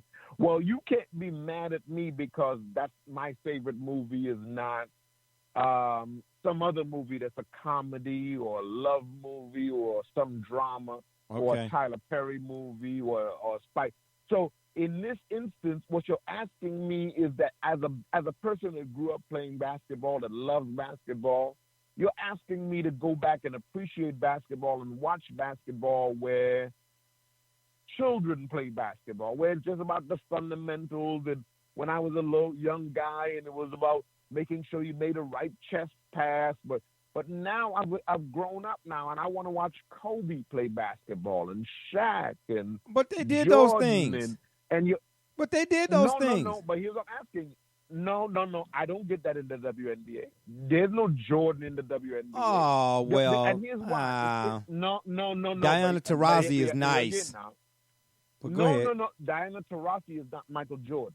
I'm not saying not. she and is. I think it's Diana Taurasi is Diana Taurasi. And we're not upset for her for that. What we're saying is that as you market it, you can't market it as that. You market it as understanding that Diana Taurasi is not Michael Jordan. But if you try to market it as though she is that, you are missing your mark. Because if I tune in, I didn't even know Las Vegas had a team when you were saying your favorite team is Las Vegas. Double J knows what it is because he follows that. But for me, growing up watching the Rucker and playing basketball and being in the playground, it's not the kind of thing that I would just tune in to watch. Not that I dismiss it, and it's not that I dismiss women. Let me be clear about that, because I watch women's soccer, I watch women's gymnastics, women's golf, women's I watch a lot of women's things. It's just I have never been an ardent fan and an admirer of what is called women's basketball, because as of yet, they have not put a product on the field that would make me say, wait a minute, let me watch. I can name numerous gymnasts that I can say, oh, yeah, this going back from Nadia Comaneci. I can tell you about Serena Williams as a tennis player. And I can tell you about them, but I can't tell you about a WNBA player that has set, or a team that has set it on fire like that. Okay, but here's the thing. But see, here's the thing, though. This is what I'm trying to tell you. You make, and we got another caller, but caller, before I announce you, let me get this point out right quick. You make a good point, Brother Rich. You can't tell me, right? But it's not so much. Well, the men's game being more attractive than the women's game, that's obvious. We understand those that goes without saying. But the reasons for which most people don't know, and again, it's connected to promotion. If you don't, a lot of times people don't know something because they haven't been shown something. If I don't show you this is what I mean by promotion. And I don't want to imply that if you promote the WNBA game, you got to promote it like it's like Jordan when he was jumping from the foul line with his gold chain. That's ludicrous. I would be ludicrous to think, okay, well, yeah, let Sylvia Fowles do that from the foul. She could do that. No, I'm not saying that. What I'm saying to you is, if we want to see basketball, chest pass or not, you see what I'm saying? Because guess what? If you don't want to sit through the guys who are the wild guys, the first quarter, and we've had this discussion before, the first quarter, second, and third quarters of the majority of NBA games, even with stars in them, you're not sitting down watching that. You're not watching that. And why are you not watching that? Because this game that makes so many billions of dollars is a bunch of bull crap for 3 quarters. That's a waste of money, if you ask me. Where's the wow at in that? Because going back to our game, one of my sticking points, those games from start to finish were you better not leave your seat. I know cats was watching games, I'm being facetious here, and had bedpans sitting next to the couch. I don't want to have to get up and go but 2 paces because I'm about to watch Andrew Toney get down. I'm about to watch Doc and Bird get in a scrap in a preseason game because they want to let each other know, if I see you in the playoffs, son, this is what it's going to be about. You can't say that for the NBA now. You can't say that for the NBA now. So when it comes to the WNBA, when I say promotion, I'm talking about stop putting them on the back shelf, man, because folks is disinterested because they don't even know to be interested. That's all I'm saying. Caller, please tell us what your name is and where you're calling from. Sorry about the soliloquy. Yo, it's Gerard coming from Canton. What's up, man? On the CANTON, what's happening? All right, we got him in. What's up, player? Yeah, what's the dealio, son? Yeah, you see, I got Brother Rich and Double J over here attacking me. Now, I'm surprised, man. It's been 10 I almost missed the show because Double J sent me the wrong number, so I wasn't about to have you back until he sent me the right one. Oh, yeah. Why am I not surprised? Why am I not surprised? Yeah, that's how you do. Yeah, that's how you do. It's easy to gang up on you when you ain't got your back up. Yeah, it's all to the GO, you know what I mean? But I'm glad you're here now, you know what I mean? I was wondering why I hadn't heard no Jerry Jones references in the last 10 minutes, and we got my man Sean from CLE on us with us too. We was talking about the WNBA and this new collective bargaining agreement. What do you make of the WNBA and the new collective bargaining agreement with the monies and stuff that all of a sudden is being doled out to these players? I feel like it's about time, man, because they go just as hard as any other player. They go hard in high school. They go hard, break their necks in college. Thank just you. To make just about $500,000 a year, and that's highest paid. So it's like, right. You got people that's making what engineers is making, and they don't do as much work as they do. You know what I mean? It's Gotcha. I work hard too. I deserve this money. I have fans. I have people buying my jersey, but it's like, it's pretty much like professional college. I left college to go to another college. yeah. But I'm still making y'all millions upon millions upon billions of dollars. Like, I can't touch none of that either. I feel like just because there's not a lot of people that go, don't mean that they don't deserve to get paid that money. Because at the end of the day, that's all I'm saying. They still put in that work. They sure do. They got families to take care of too. You know what I mean? They playing a professional sport and can't even get their family all the way out of it. You know what I mean? They can make it to the suburbs down the street from the hood, but that's about as far as they're going. Yeah, and you know what? That is. And I feel like. Go ahead, finish. Yeah, go ahead. Yeah, I just think. Okay, I was going to say I just feel like they deserve more than what they've been getting. Like their own hotel rooms, that like, they deserve to be treated like the stars that they are. And for a minute, a lot of people were looking past them because they're women. They don't do with men. They don't dunk. They don't do this. They don't do that. But they do. I get hyped when I see a woman come down the court and dunk. It's like, man, I can't even dunk. So, I mean, I'm going to get excited. I want to support these women even if I don't know who they are. I just love sport. Yeah. I'm going to watch it. You know what I mean? And not a lot of people can agree with that. Yeah, I do too. And you know what? They do dunk. You're right about it. They do dunk. But you know, it's the frequency. You know, the men do it with such frequency. You know what I'm saying? And that's the big thing now. You know what I mean? And here's the killer part. You know, I think for the most part, we getting, not we as in us here talking today, but in general, you know, folks getting the wrong idea or it's being misconstrued what the game should be looking like lightweight because, you know, and the ESPN, that's probably why Kerry Champion left. You know, ESPN taking a lot of hits lately. I hope y'all paying attention. But they big enough that you can't really see it right now. Yeah, that's interesting. What's going on with that, Jake? Tell me what's happening with that. Yeah. That champion thing. What's going on with that? Well, I don't follow them anymore, so I don't know what's happening with that. Yeah, well, for the most part, I can't really say, you know, I can't really go into no details right now because I don't have all of the information. I was actually waiting on one of my dudes to call me from down in the Florida, the Sunnyside state. But when he called me, you know, the time we get back here next week, you know, if he called me, I have some, I'm sure, to put out. But at the end of the day, It's not just her. If you look at ESPN's most recent history, like within the last 2 years, I forget if you can go to the ESPN site and look up like what do they call it, on air talent or whatever the case may be. Just Google certain stories about ESPN. You'll see that there's been a mass, kind of like a mass exodus, not of people that you know, but, from the lower levels, like a lot of researchers and producers and things of that nature. So, I'm just saying the Titanic was huge too till it hit that iceberg. But yeah, man, at the end of the day, Doc brought it up. I'm just glad that if you're a professional, you should be paid like one, period. Exactly. You should be paid like one if you're a professional. Now, I'm not saying a professional masseuse is the equivalent of a professional NASA engineer. You get what I'm saying? You feel me? It's different tax brackets. I get it. But if you're a professional at NASA, whatever the top is in your profession, then you should be in the ballpark.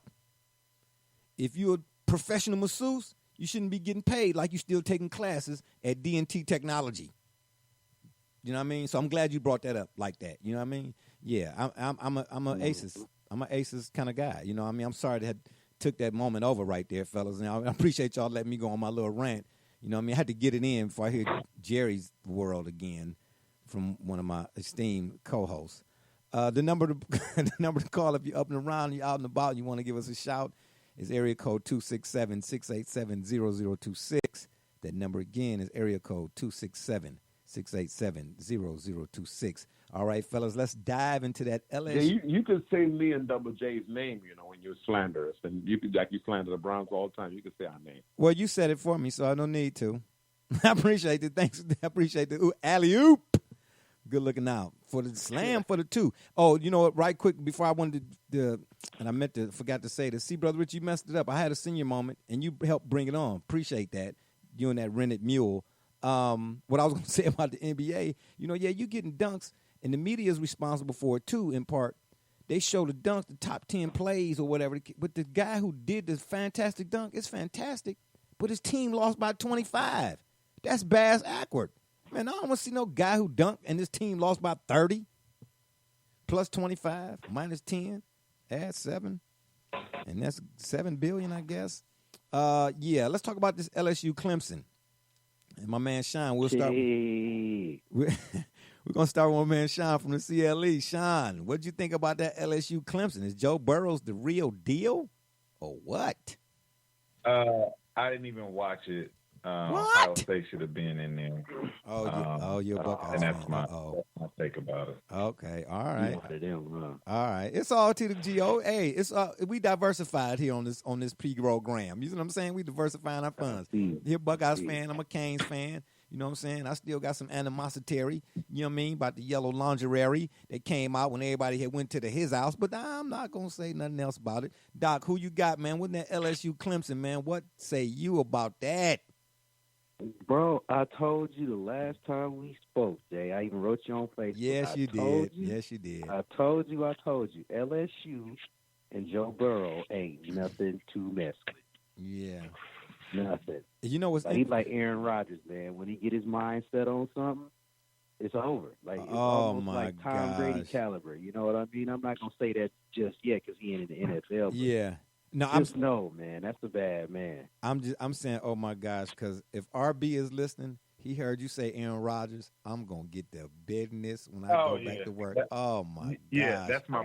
Come on now, you can't deny it. Aaron Rodgers is bad. Yeah, young Aaron Rodgers. You're not talking about this wishy-washy Aaron Rodgers. You're talking about a young Super Bowl champion Aaron Rodgers. Yeah. Well, here's what I said to RB because he's a Packer. When I say he's a Packers fan, the man got a Green Bay Packers watch. And it tell Green Bay, Wisconsin, Eastern and Standard Time. Okay, the man he Packard out, but I ain't mad at it. That's my dude. That's my road dog, Ace Boone Coon to the number 1, 2, 3, 4, and 5. But here's what I told him. He said, and this is just a little side note, right quick. We've been having this ongoing back and forth thing about is it the quarterback or is it the system? That was the question in regards to Tom Brady and Bill Belichick, right? I was saying it's a combination, right? His take is it's Belichick. And then he went from that to Aaron Rodgers. I was like, well, what is, Aaron Rodgers? We're going through all of the top-tier quarterbacks or whatever it is. He said Aaron Rodgers is the system. I said, well, if he's such the system, then how come he ain't got more than the guy who ain't the system or was playing within the system? And then his line is absolutely. I said, okay. I said, at the end of the day, I want all Aaron Rodgers, Green Bay Packers fans, and I don't have nothing against them because they are legit as a franchise. I want all Aaron Rodgers fans to please explain to me if he is the system, if you agree that he is the system, in his MVP season, and the Packers were 15-1, how did Eli Manning, who most people, when you ask, is he elite or not, look at you and laugh when it comes to Eli. Say he only going to get in the Hall of Fame on his name. How did Eli beat that Aaron Rodgers? And not only that. How did Eli beat Tom Brady? Yeah, well, yeah. But but not only that. It's Eli, dog. It's Eli. In 2007, Eli beat Brett Favre. Huh? Yeah, Brett Favre was having a fantastic season, and they ran into the Giants with Bum Eli. That's what they call him from around where I'm parked. Yeah, they call him Bum Eli. Yeah, man, they do. They call him the Bum Eli. Then he do it in 2011, and he beat Aaron Rodgers. I'm just saying, man, if you the system, then, you know what I mean? But anyway, yeah. Brother Rich, did you watch the LSU Clemson? Absolutely not. Man, you know what? Y'all really ain't helping me out here today, man. What's going on, man? I sent y'all the time. Why you ain't watched LSU? Well, and here's why. Here's why. Yeah, please tell me why. As so many other people, and here's why. I anticipated that LSU was going to do what they had to do to them, and I had to be at something else anyway, but I anticipated because, again, I understood and believed that that young man was on a mission and that team was on a mission. And I know what football means to that region of the country, and I felt that they were out to prove themselves. Yeah. So they were who we thought they were in a positive way. Got you. Double J, before you weigh in, let me say this. I don't know how true this is, but I got word. Again, I don't have sources. I just know people. They said the guy, Joe Burrows, when he got to LSU, they ran whatever collegiate, quote-unquote, offenses that you see being ran for the most part nowadays. They ran that for, like, his first year. And then what's the name of the guy, Double J, who came in from the Saints? He was an assistant coach with the Saints or something or another? Or offensive coordinator assistant? Bro. Okay. He was their wide receiver coach. Okay, wide receiver coach. He goes to LSU, and Joe Burrow said, I want to run the pro-style offense. How many young cats in college just going up to the guy who is the guy to say, I want what the guy got to give? Double J?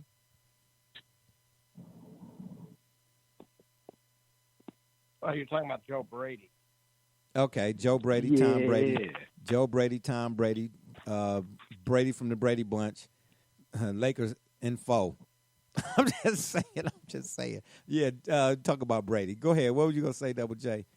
Brother Rich, I thought you was going to weigh in on that right quick. Now the offensive coordinator for the Carolina Panthers as of 2 hours ago. So, oh my, he redesigned the offense. If you recall, for the better part of the last few months with Lamar Jackson, we spoke about how they tailored a system around him and his strengths rather than kind of force-fed their system and philosophy and told him to adapt.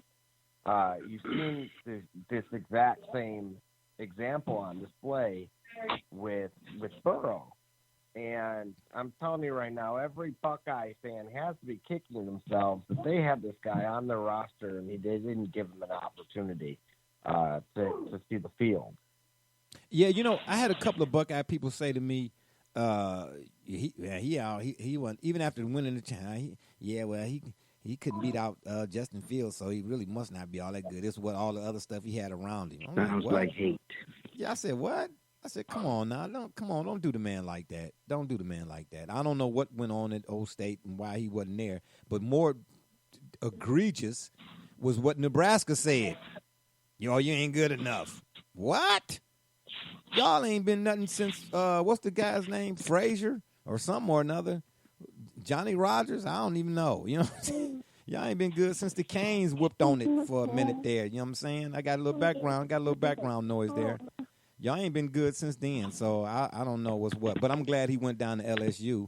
Go Tigers, Geaux, baby. And for my man Herm out there listening, that's right. Go Tigers. They did their thing. But here's another question I want to pose to you all about this Joe Burrows.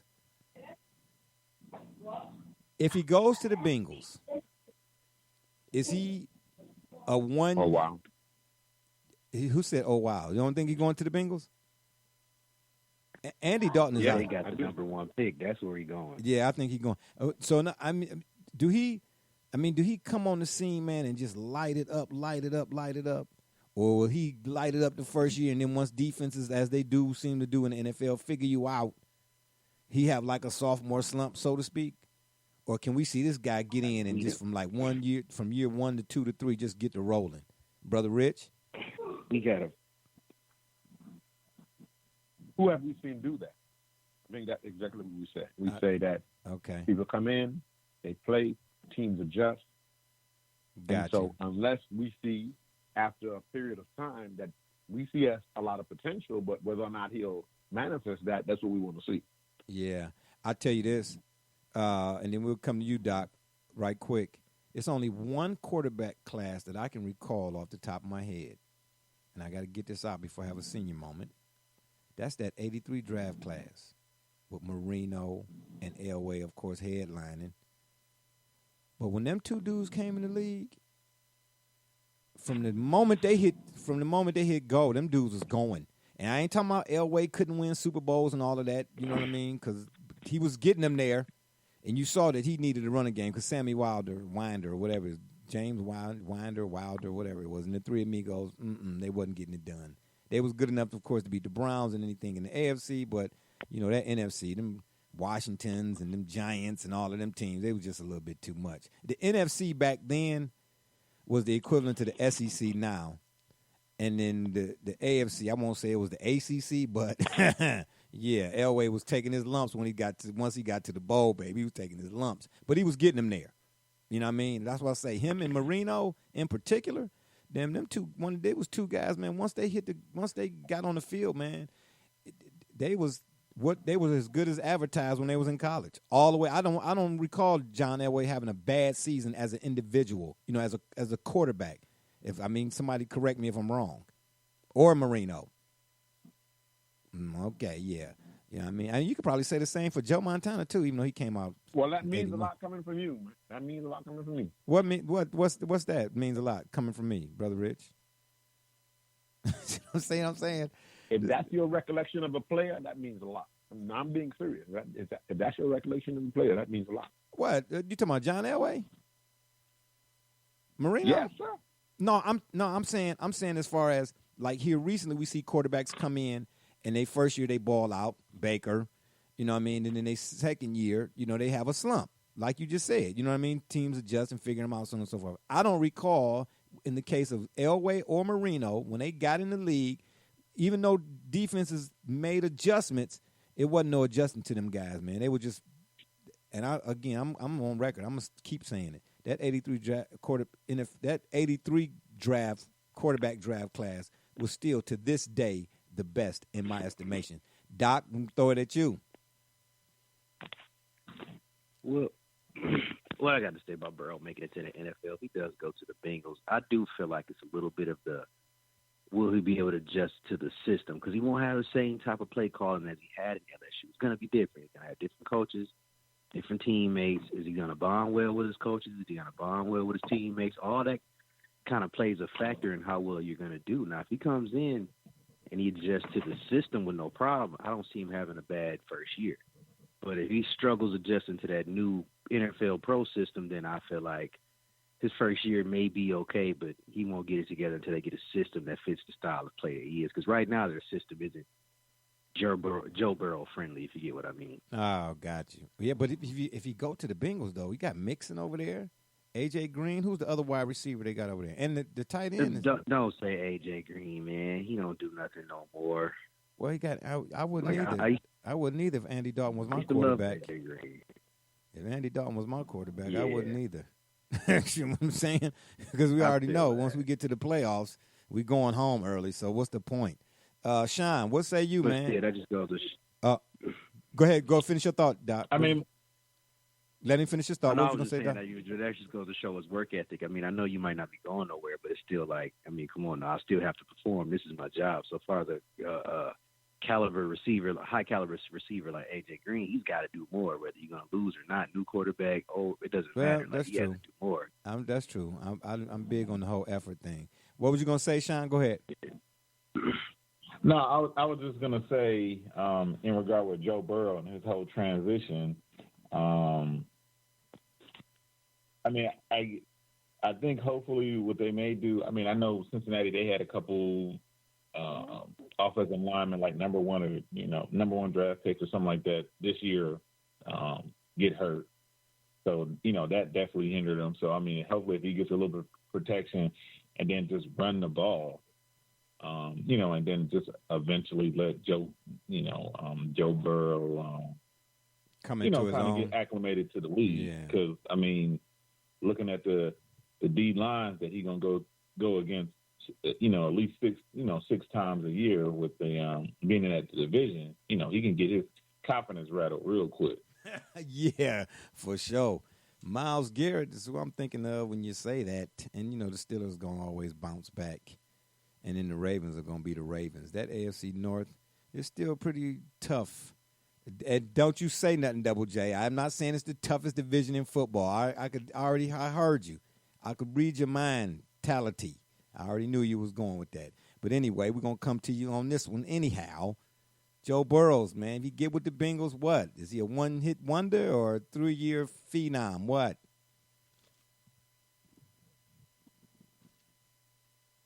Yeah. Again, it comes down to the style of offense here with because the unfortunate part about setting all these records and at the collegiate level is that you end up being punished by going to a horrible franchise. And, so we'll see what happens. You think that's punishment? It's good to hear still that there's skeptics out there that, without this OC, what can he do? Because otherwise, to your guys' point, he's bounced around. For all we know, if it was not for Ed Orgeron, he would have been likely at Cincinnati or North Carolina and potentially being drafted day 2. Now that's interesting. So you're saying it's the Mr. Brady more so than it is Mr. Burrow. Is that what you're saying there? Or suggesting? Well, you know what? Again, you can't really argue the numbers. He's the one who still had to go out there and execute it. Okay. But it's hard to punish a guy. He had NFL talent around him in just about every position. From Jefferson to Moss. The list literally goes on and on that all of these guys, they may compete and challenge Alabama's first-round record in this upcoming draft.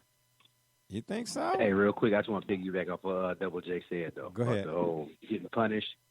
I do believe it is a punishment because if you give a guy like Joe Burrow, let's say a Seattle Seahawks caliber team where you actually have a team that's already good, like that's the reward of making it to the NFL. Not going to a dirt team and trying to take them from 2-12 to 14-2. Like that's more punishment and more work than you should have to do as you're coming in as a rookie. Yeah, that's not really reward to me. But you know what? I will say this though, and it's not a comparison to him, but it just brings to mind what Jordan said about what Phil Jackson used to do to him, and I'm kind of in agreement. Jordan said that when they would be in practice, Phil would split the teams, and, I guess the games would be like the 21 or whatever it is.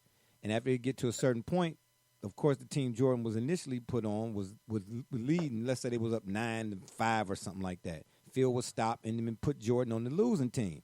He said at first I was like, man, what is you doing, man? We just got up, you know what I'm saying? And he's like, no, because I want you to get the feel for what it's like to be down. Bring them back, you know. So and I'm saying all that to say, and when I say I'm in agreement, I used to love, and I've never been in the NFL, never played in the NBA, none of that. I'm not just going there with it. But I played competitively. I used to love being on the team that everybody didn't think was going to do nothing. Oh, my goodness. We getting ready to show y'all. And my little claim to fame, if you want to call it that, one company I worked for some years ago, the first year they were in this, they used to do this thing called the Cleveland Corporate Challenge. And the first year we were in it, Benvenue Laboratories, they had, it was like an Olympiad type thing. There were various events, pool, I forget some of the other stuff, volleyball, softball, but 3-on-3 basketball was one of them.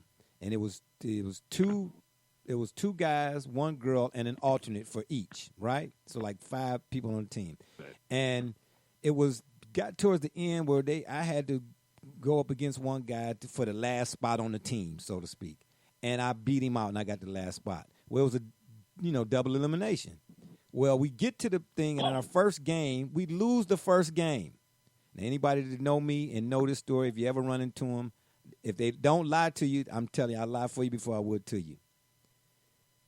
We lose the first game. We playing in the second game, and we're losing the second game. One of the guys, the big guys, had got a little tired because this one guy was running him. And as he was walking off the court, he's like, man, I need a break. They were not going to let me play for whatever reason. Everybody else on the squad, I guess they had saw them play before, but they had never seen me play before. So they was kind of like, yeah, he on the team, but we ain't going to really need him. So as the guy was walking off the court, I walked on it. I subbed myself in. I said, man, y'all ain't going to have me go through all of these last 2-3 day things going to get against this one dude to make the team and not going to play me. That ain't about to happen. I walked on the court. My right hand. From that moment on, we not only did we win that game, we went all the way to the chip. And we lost the chip 13-10. I ran out of gas. You know what I'm saying? I did. I ain't going to lie. I ran out of gas. But each round we went through, every time we would go back to work, they'd be like, man, I heard you was out there facilitating. Yeah. Put me on the team you say can't get it done, son, and I'm going to give you everything I got. I love the underdog, man. I love the underdog. So I'm telling y'all right now, don't let Mr. Burrow. But you hate the Browns. I don't hate the Browns. Stop it. Stop it. You know what? You need a timeout. That's what you need, a timeout. You don't hate them. You just dislike them. I dislike bad football. That's what I dislike. You know what I mean? Let me make it clear. Let me make it clear. I've been around the Browns for a long, long time. I have. I want to see the Browns do well. You understand what I'm saying? But the idea for me to go around saying I bleed brown and orange, I would ask this question for those people who have that same sentiment. What are you bleeding for? Okay? They have to give you a reason to want to say that you bleeding brown and orange. I mean, I get it, you know what I'm saying, the fans and all of that. But, man, you got to give me something. You got to give me something. They gave y'all Odell. That ain't enough? Odell was giving out money. That's all I'm trying to tell you. Y'all got Landry. Y'all got Chubb. Y'all got Kareem. Yeah, but we ain't got the well, I'll be glad when Brother Richard Stefanski and Double J D Podesta put give us something worth watching. Have you seen the price of a PSL nowadays? Yeah, okay. Yeah, gotcha. Won't be getting it from me, baby. I was at that playoff game. Yeah, I was there when Felix Wright dumped Don Beebe on his head. I thought the boy had a crook in his neck. I'm just trying to tell. I'm glad he was all right. I'm just saying. Yeah, Clay Matthews with the interception. Yeah, them Browns teams are bad. But I'll say this too right quick. If you understand the Browns and their history, Podesta, Brother Richard Stefanski, if you understand the Browns' history in more recent memory, then there are two things that the Browns have always had when they've been successful. offensive line / defensive line, and running backs, 2 backs in the backfield. Go back and look at it. Mike Pruitt, Greg Pruitt, and then Sipe won the NFL MVP that year. I've mentioned that before a time or two on the show. And then more recent, remember during the Kozar years, it was Mack and Biner. And that offensive line with George Lilja, Mike Babb, Paul Farron, and all that. See, so I ain't mad at the Browns for acquiring talent because they do have the talent. But what I'm salty at them for is where you putting the talent at. They need to have a defensive line. They need to get defensive line and offensive linemen, players or whatever. They need who? They need defense, period, somebody said. Yeah, they need defense, bro. Yeah. They got a good, solid offense. They need a little bit better line so the run game can be a little bit better established. But as far as stopping other players, they can't really do it. They can put points on the board, but barely. But they can't stop nobody, man. They can't. Yeah. I was shocked when they beat the Ravens this year, but then the second time they played, I'm like, okay, that's the Browns team I'm used to seeing right there. Oh, wow. Would you want to say that? You want to say that one more again? I don't think somebody heard you on this program. I don't think they heard you. What you say? That's what? That's the what? Because that's the Browns team I'm used to seeing. Oh, Just like okay. the Lions, man. They're good on offense when it comes to defense. It's like a bunch of JV versus varsity. They ain't doing that. I'm you must have had lunch with You must have had lunch with Jay. You must have had lunch with Jay at some restaurant in Cleveland this past week. Stop trying to throw darts. Stop trying to throw darts, Richard Haslam. I'm just saying. You might as well sell the team to me and Brother Doc over here. You know what I'm saying? You get more out of it. I'm trying to tell you, the number to call if you're up and around, you're out and about, and you want to give us a shout. We're in the last portion of the P-Rogram. It's area code 267-687-0026. That number again is area code 267-687-0026. I want to thank my guests that's joined me on the program today. Fellas, the last one for the day is this. Let's talk about some of these NFL championships that's about to go down. Yeah. On the AFC side of things, we got the Titans at the Chiefs. Okay. I just want to say, I'm kind of lightweight shocked that the Titans are here at this point, and then I'm not shocked. Derrick Henry is the real deal. I thought Marshawn Lynch was my favorite running back in the NFL. He is still to a large degree. But Derrick Henry, what he doing, and then you cannot underscore what Mike Vrabel doing on that sideline. Because when they beat the Patriots, he pulled a Bill Belichick. So maybe he was one of them Belichick disciples that really was actually paying attention. Because a couple of them other ones, the ones we really know, and they ain't really did too much at the main show. Okay? So, Doc, we'll let you take it, right? Who you got in that Titans and that Chiefs? Well, I mean, I can't go with the Titans. They did it to my boy Brady, and then I'm thinking, okay, Lamar got this big trust, and they put him out. I'm like, God, dog, now I gotta go with my boy Patrick Mahomes, boy, Uncle Skip calling. yeah, young Shannon, Patrick Mahomes, boy, I gotta roll with him, man. I don't see that team slowing down. You saw what they did to the Texans, that large comeback. Like if you can be down 3 possessions and come back within a quarter and a half, ain't nobody stopping. Yeah, that was. Man. I mean, he was pretty much scoring at will. Once he got his mind made up and he get that offense clicking, the defense feeds off the offense. Now you got a whole different beast because now you're clicking on both sides of the ball and you're pretty much borderline unstoppable. You know what? And you just made me think of another question I'm gonna ask y'all after I get around to everybody about that. Sean, who you got, man? Titans or the Chiefs? I mean, I got the Chiefs. I think the whole thing is just. I think Kansas City just outscore them pretty much. I mean, I know they're gonna try to ground and pound the ball with Derrick Henry, but I think I think Andy Reid may actually do something. Yeah, I was getting ready to mention that too. His playoff record is paltry when it comes to get. But he's a hell of a coach, though. He really is. I got to give him credit, man. I would love to see his offense in Cleveland. That way give Brother Richard and Double J something to really, talk about going to a parade. Because right now the only parade they've been talking about. Oh yeah, Doc. They've been talking about going to the parade all season long. But look to me like they headed towards that one that was the one they had for 0-16 than it is for the one for the Super Bowl. But yeah, man, I'm with you on that though. Yeah, yeah. 0-16. They ain't going to nobody's parade. 0-16, yeah. I told Double J and Brother Rich, I said, y'all best bet for the Browns winning anytime soon.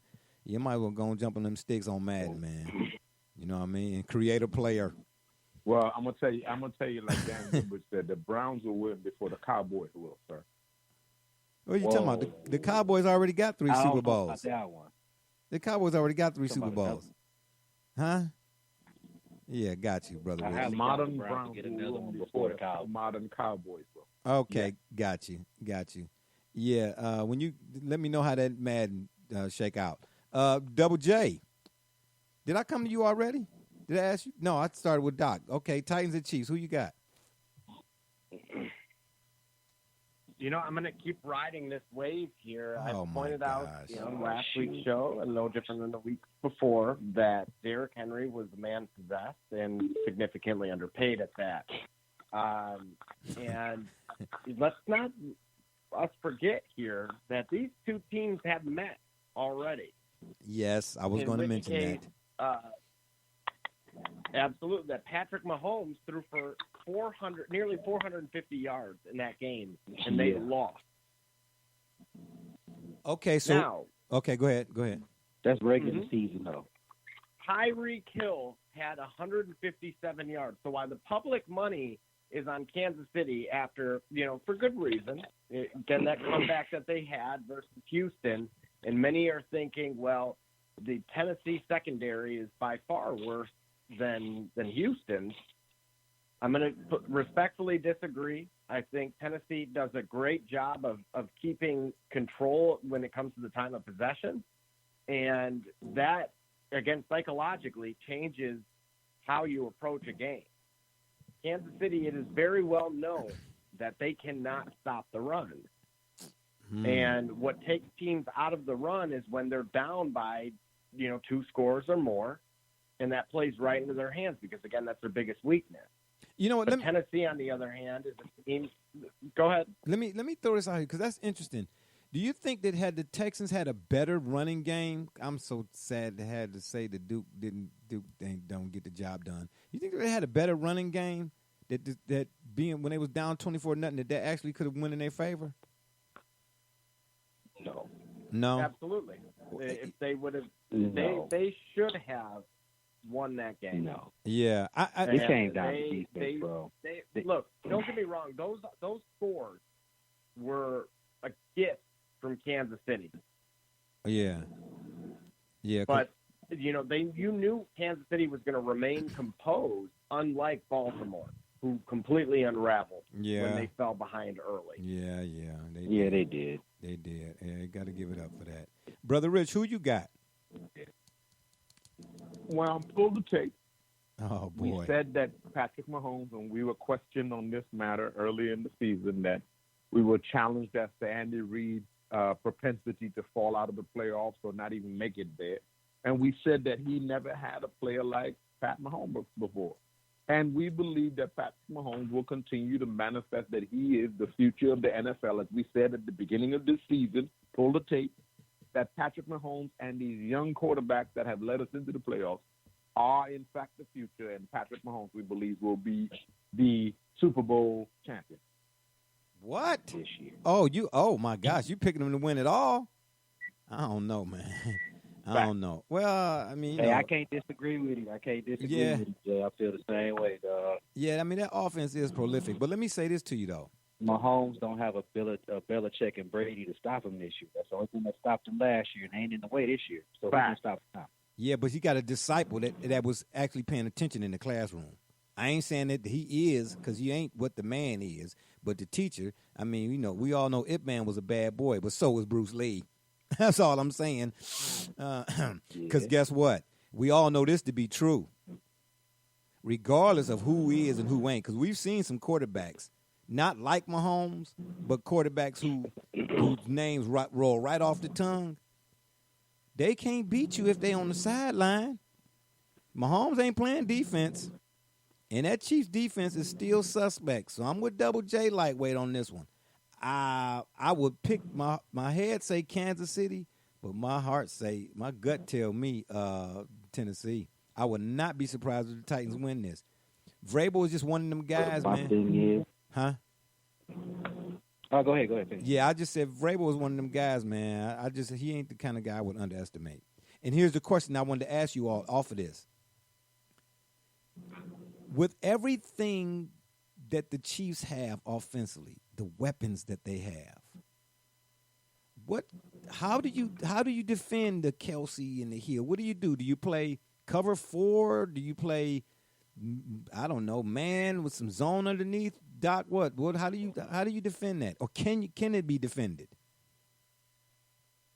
I mean, it can't. I mean, it can be defended, but not really, because you got a quarterback like Mahomes that if you play zone, he gonna pick you apart.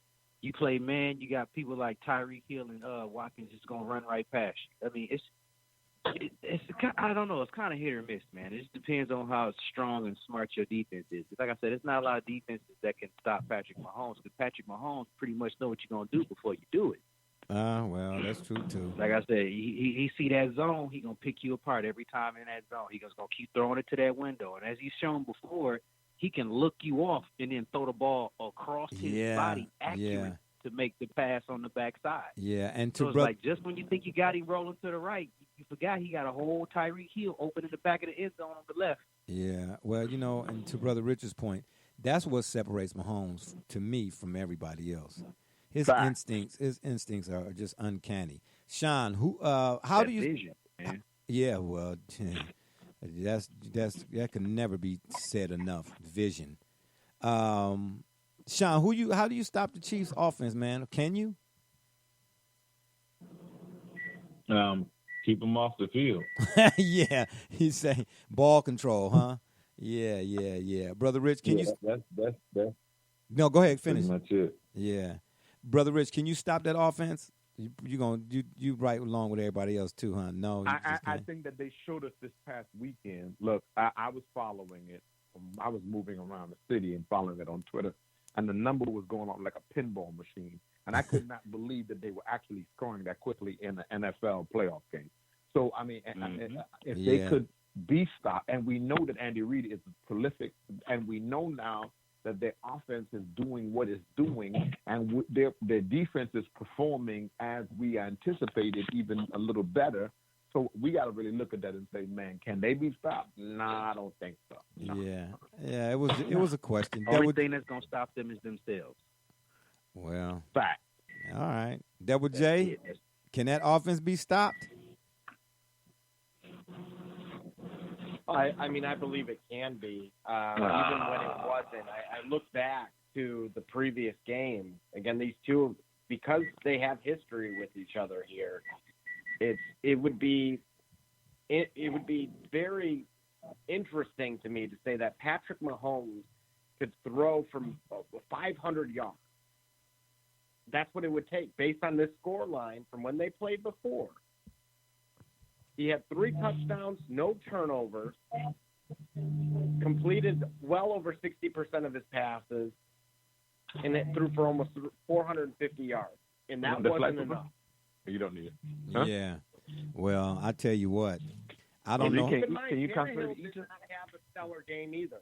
He did throw for 100 more yards than he has in these playoffs, but so I guess that's a sight to be seen. But Derrick Henry had 188 yards last time around. He's averaging 8 yards a carry against this team. I don't care what they do. I'm going to fall victim of the moment. Okay. That right now, when you're telling me he beat the system with Belichick, he beat the MVP with Lamar Jackson, and we're going to say that he can't beat Mahomes? Oh, wow. From State Farm? Come on now. Oh, wow. Okay, Double J. Walrus, Andy Reid? Okay, Double J. Yeah. Okay. Hold on, man. I just want to say, don't count that regular season game because, like I said before, the Chiefs beat themselves. They had pointless penalties. I mean, they started throwing the ball away. They beat themselves mentally. Like, Patrick Mahomes did everything they could, but as a team, they weren't all the way there mentally. So it's like the Titans didn't beat them. The Chiefs beat themselves. Okay, but you know what, Doc? It might not be on the same line, but I'm gonna throw this out here just to be fair. You remember that year? What year was it? Was it 2011? When the Giants played the Patriots. I think it was like the next to the last game of the regular season. And the Giants lost to the Patriots. And when they saw him in the Super Bowl, what did Strahan say? He said, even though we lost that game, we knew if we saw them again, we could beat them. We could get with them. So I know the kind of scenario, the variables is a little bit different in this case, but at the end of the day, man, and wasn't that the year the Patriots was undefeated going into that Super Bowl? Yep. 16-0 going in. See what I'm saying? So, I mean, at the end of the day, man, I know it. I know everybody got a strong case for why they saying what they saying. I ain't knocking that, but I'm saying it is the NFL. We got to be mindful of that, and it's any given Sunday. All right, last but not least, on the NFC side of things, we got the Packers at the Niners. Sean, we're going to start with you. Who you got in this one? As a Minnesota Vikings fan, I can care less. I love the honesty. That's slick right there. He said, as a Minnesota Vikings fan, I could care less. That's all right. I ain't mad at that. We got another caller on the line. Caller, tell us what your name is and where you calling from. This is the number one Packer fan, RB Cheesehead. Oh my God! Hey, listen. Now let the show begin. Let's get to it. Well, guess what? The show begin. Let's get to it. The show can't begin because it's about to end. Let's get to it. The show's about to end. We are. I heard everything. I heard everything. Let's get to it. Okay. Oh, you want to talk about the Packers? He was waiting on this moment for the Packers.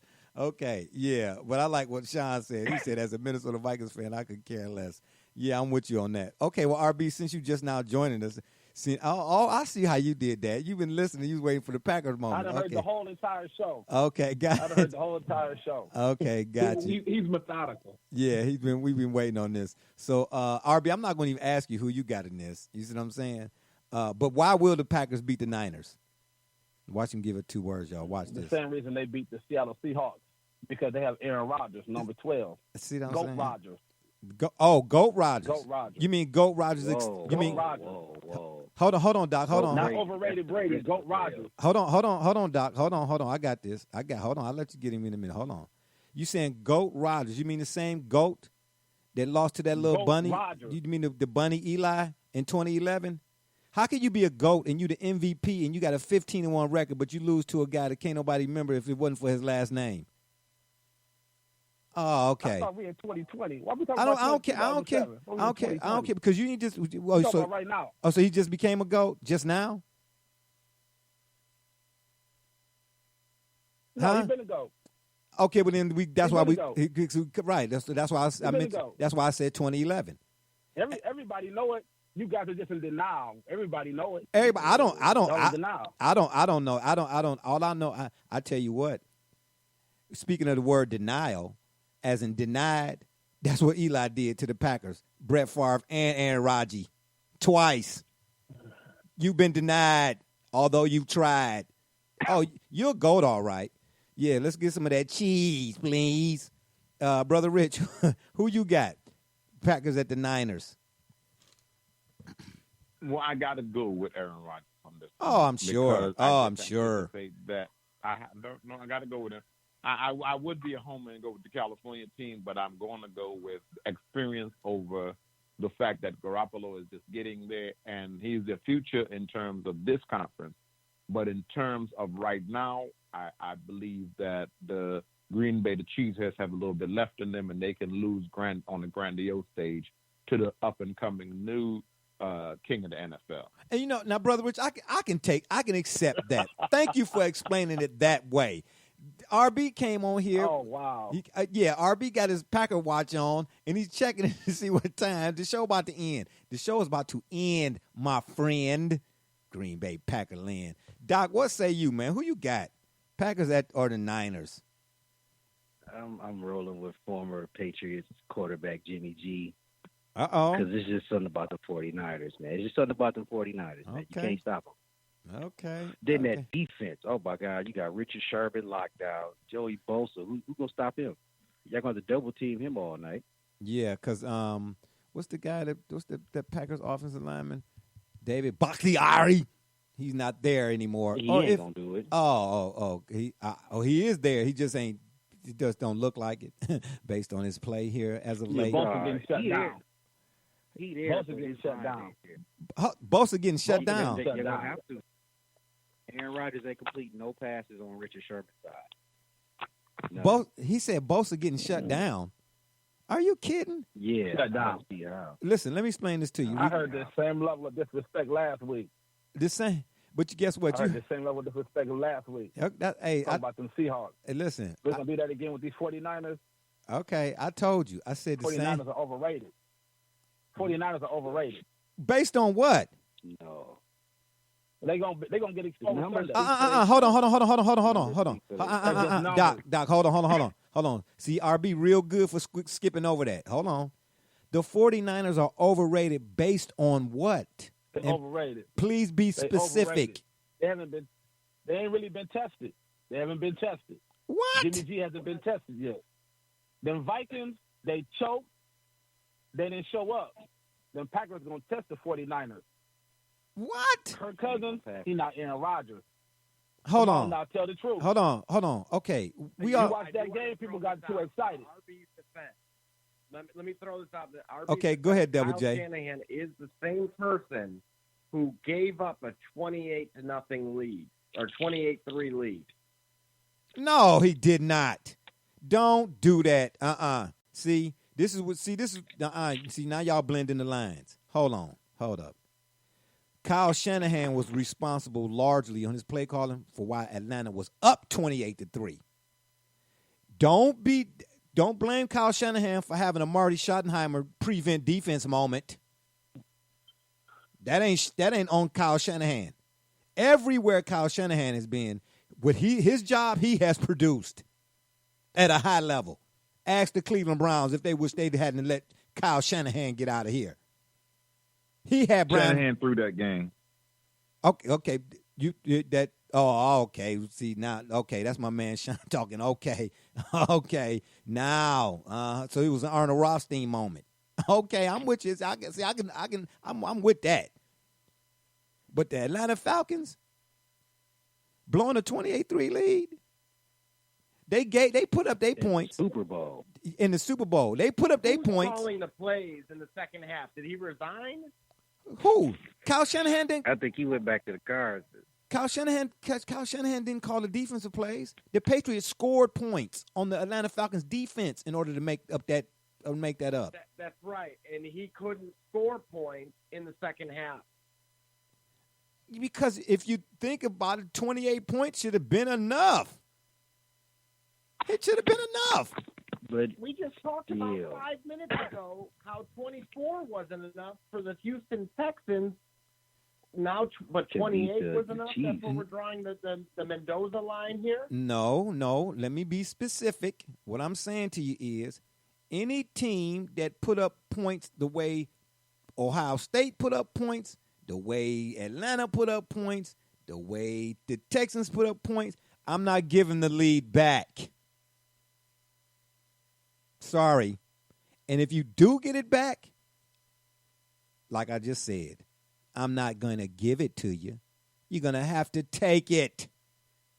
How many blown leads, 3-1s, 28-3s, and any other blown lead that you've seen in the last 5 minutes, can you really, really, really say that the team that had the lead didn't just slough it off, and the team that took the lead, got the lead back, so to speak, really, really did it? It was all because of them. They really chopped the tree down. Come on now. When Atlanta had that 28-3 lead, man, the defense opened up like the Red Sea. I thought football was all three phases. I thought that's what it was. Let me ask you this question. Let me put it this way. In that Super Bowl, did Kyle Shanahan not do his job? What person on that Atlanta Falcons sideline did not do their job?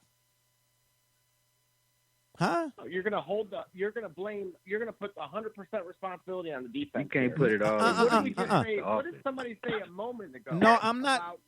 No, I'm not putting it all on the defense. Control the tempo. Yeah, I'm not. Yeah, right. I'm saying right. I'm not saying it's all on the defense, but the offense had 28 points. That's not enough to win a game. Flip flop, yeah. Come on. I'm not flip flopping. Not against a team like the Patriots. Wait a minute. That's not enough to win. Okay, well, wait a minute. Well, then, if that's the case, then how did Giants beat the Patriots? They only put up 14, and the Giants came back. And the Giants won. That dumb Giants won 17-14, right? So, in other words, they won 17-14. Right. So, all I'm saying is I've seen the Patriots put up big points against the Carolina Panthers and so on and so forth and all of that. But a lot of that got to do with the other team's defense. The other team's defense. The only Super Bowl I could say that you might have a case was that Seattle when they didn't get the ball to Marshawn Lynch and so on and so forth. That's where the offense, to me, came up short. Because Russ tried to throw the pass. But at some point, Joe. That's bad play calling. Well, bad play calling, yeah. Right. Okay, we put that on Pete Carroll or whoever was calling at that one. You're right. Look, all I'm saying to you is Kyle Shanahan, he made Brian Hoyer look like a Hall of Famer. Matt Ryan, before Kyle Shanahan got there, was what? Somebody tell me. He was what, first ballot Hall of Famer? RB? You know, you love using that line, first ballot Hall of Famer. Was Matt Ryan a first ballot Hall of Famer before Kyle Shanahan got there? No. Okay. Was Matt Ryan look like an NFL MVP with Kyle Shanahan? No. I said, did he look like one? I ain't say he was worthy of actually being one. Did he look different? No, not to me. Oh, man, stop it. No. Stop it. He's the same player. So Matt Ryan didn't have one of his best years or some of his best years under Kyle Shanahan? I wasn't really paying attention. Okay, well, say that then. Say that then. All right. So, okay. All right. Okay, so Kyle Shanahan is trash. Is that what we saying here? Is that what it sound like? This is what we're saying? I don't know. I don't think Sean's saying that. I don't think Doc's saying that either. Sound like it's Double J, RB. You saying that too, Brother Rich? Absolutely not. Okay. All right. Yeah. Any man that can make Brian Hoyer look like a first ballot Hall of Famer, he get a nod. He get a nod in my book. Every quarterback that Kyle Shanahan then had or that's been responsible for, somebody tell me how they stunk up the joint. I'm waiting. We got a few more minutes. Well, look, let's be real here. If San Francisco goes through, it's not from Kyle Shanahan. It's from Robert Saleh. Oh, okay. So the defense getting the credit then. All right, that's fair. I won't even argue that. All right, so it won't be Shanahan. If San Francisco get through, it'll be because of Saleh. Do you think because they stopped that bad man who everybody except for RB wants out of the NFC North? Yeah. Yeah, exactly. You got to leave, man, in order to prove it to me. Because he's in the easiest freaking conference in the NFL. Like, I mean, he's good, but look who is that? Conference. Who is that? Aaron Rodgers? Yeah. He in the easiest conference? Yeah, I think so. Like, look at this kind. Who we got? The Vikings, the Lions, they play the Bears. Like, come on now. They play. What's the name of y'all local high school team? Exactly. They play them too. Yeah, you know just like the Buckeyes. It's kind of like what I said about Ohio State in the Big Ten. Yeah. What did you say about Ohio State in the Big Ten? You hear this, Brother Rich? You know, he was such a Lord, that's mercy. guy in the preseason. Of course. I did what? Oh, you were Mr. Matt Stafford. What you talking about? I'm Matt Stafford. One. I'm still Matt Stafford. I'm Matt Stafford all the way. That don't change. And Dak Prescott. And Baker Mayfield. No. I was not Dak Prescott at all. I was Baker Mayfield. I was. Absolutely. There's no lie there. I was Baker Mayfield. It's flip-flop barbershop. I said, listen, I'm Matt Stafford all the way through and through, and he didn't play for Miami Hurricanes. Got it? Put Matt. I ain't talk about that fake goat Tom Brady. Fake goat Tom Brady. Tom Brady is the GOAT. Like, yeah, fake what's on paper? Listen, what's on paper? Fake goat. What's on paper? Listen. No, what I be. Look at the championship. Listen, here's what Look I'm. at his preseason Fake goat. record. Okay, Look at his listen. playoff record. Yeah, but Let's now, That's Aaron the system. Rodgers. I tell y'all, it's the system. Belichick. But he's still running the system. okay. So listen. Belichick ain't the one throwing the ball. But listen, here's what I be asking him. He Belichick said calling the plays. he say Brady is a product of the system. Excuse me. Absolutely. Any quarterback growing that system, they win the title. No, Matt Castle didn't win a title. Neither did Jimmy Garoppolo. If you listen, here's my argument about that, and we only got a few more minutes before we got to get out of here. Or Jacoby Brissett. Listen, if you are a product of the system, then Tom Brady being the top product of that system set the bar for anybody else that came behind him at that position. They should be able to do the same thing, if not greater than what he did, if that person is the product of the system. If the person is the system, then they should have more than the person who's the product of the system. So if Aaron Rodgers is the system, totally disagree. I know. I totally disagree. I know you Absolutely do. Not. I know you do. But No. you're disagreeing. Tom Brady got to leave New England to prove he's the GOAT. Aaron Well, Rodgers do Belichick. too. He got to leave New England to prove that he's the GOAT. Now that he's 50 years old, now he want to try to prove something that's too late. That's all Belichick. Oh man, stop it. But if it was Brady truly can't catch the Belichick, passes himself. But go ahead, Double J. What were you gonna say? Go ahead. Why didn't Belichick win with Cleveland or the Jets or the Giants? He did win with the Giants. Well, he wasn't the head coach. That was Parcells. But He did win with the Giants. Yeah, he won Belichick won with the Giants. he won with the Giants. He won as a defensive coordinator, though. Yeah, but he was only in control of the Right. defense. Right. If he stayed with the Browns would have been winning. But He you never would can't. have went to New England. But we you wouldn't can't- even know Tom Brady. But you can't. Yeah, but you can't say if he would have stayed. We talking about things that actually happened, not things that could have or might have. You got to go off what actually took place. You can't say hyperbole. We can always speculate. Well, yeah. If I had made a left turn, that lead, Brady don't win that ring.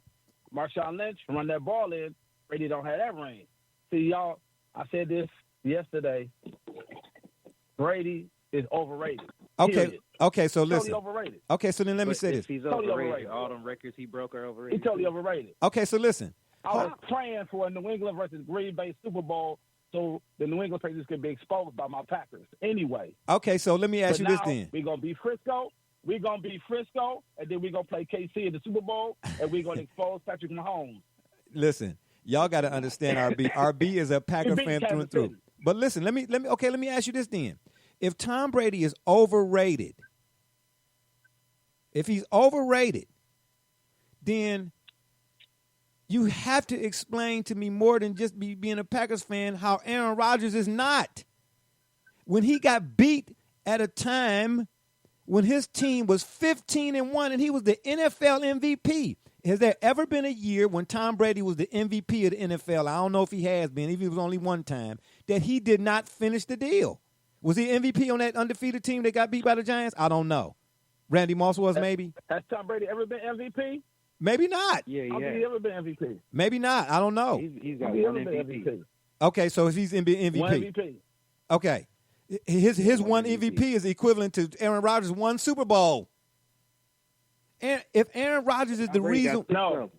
if No. Aaron Rodgers No. is the reason why the Packers are relevant in recent memory, then he should have more rings.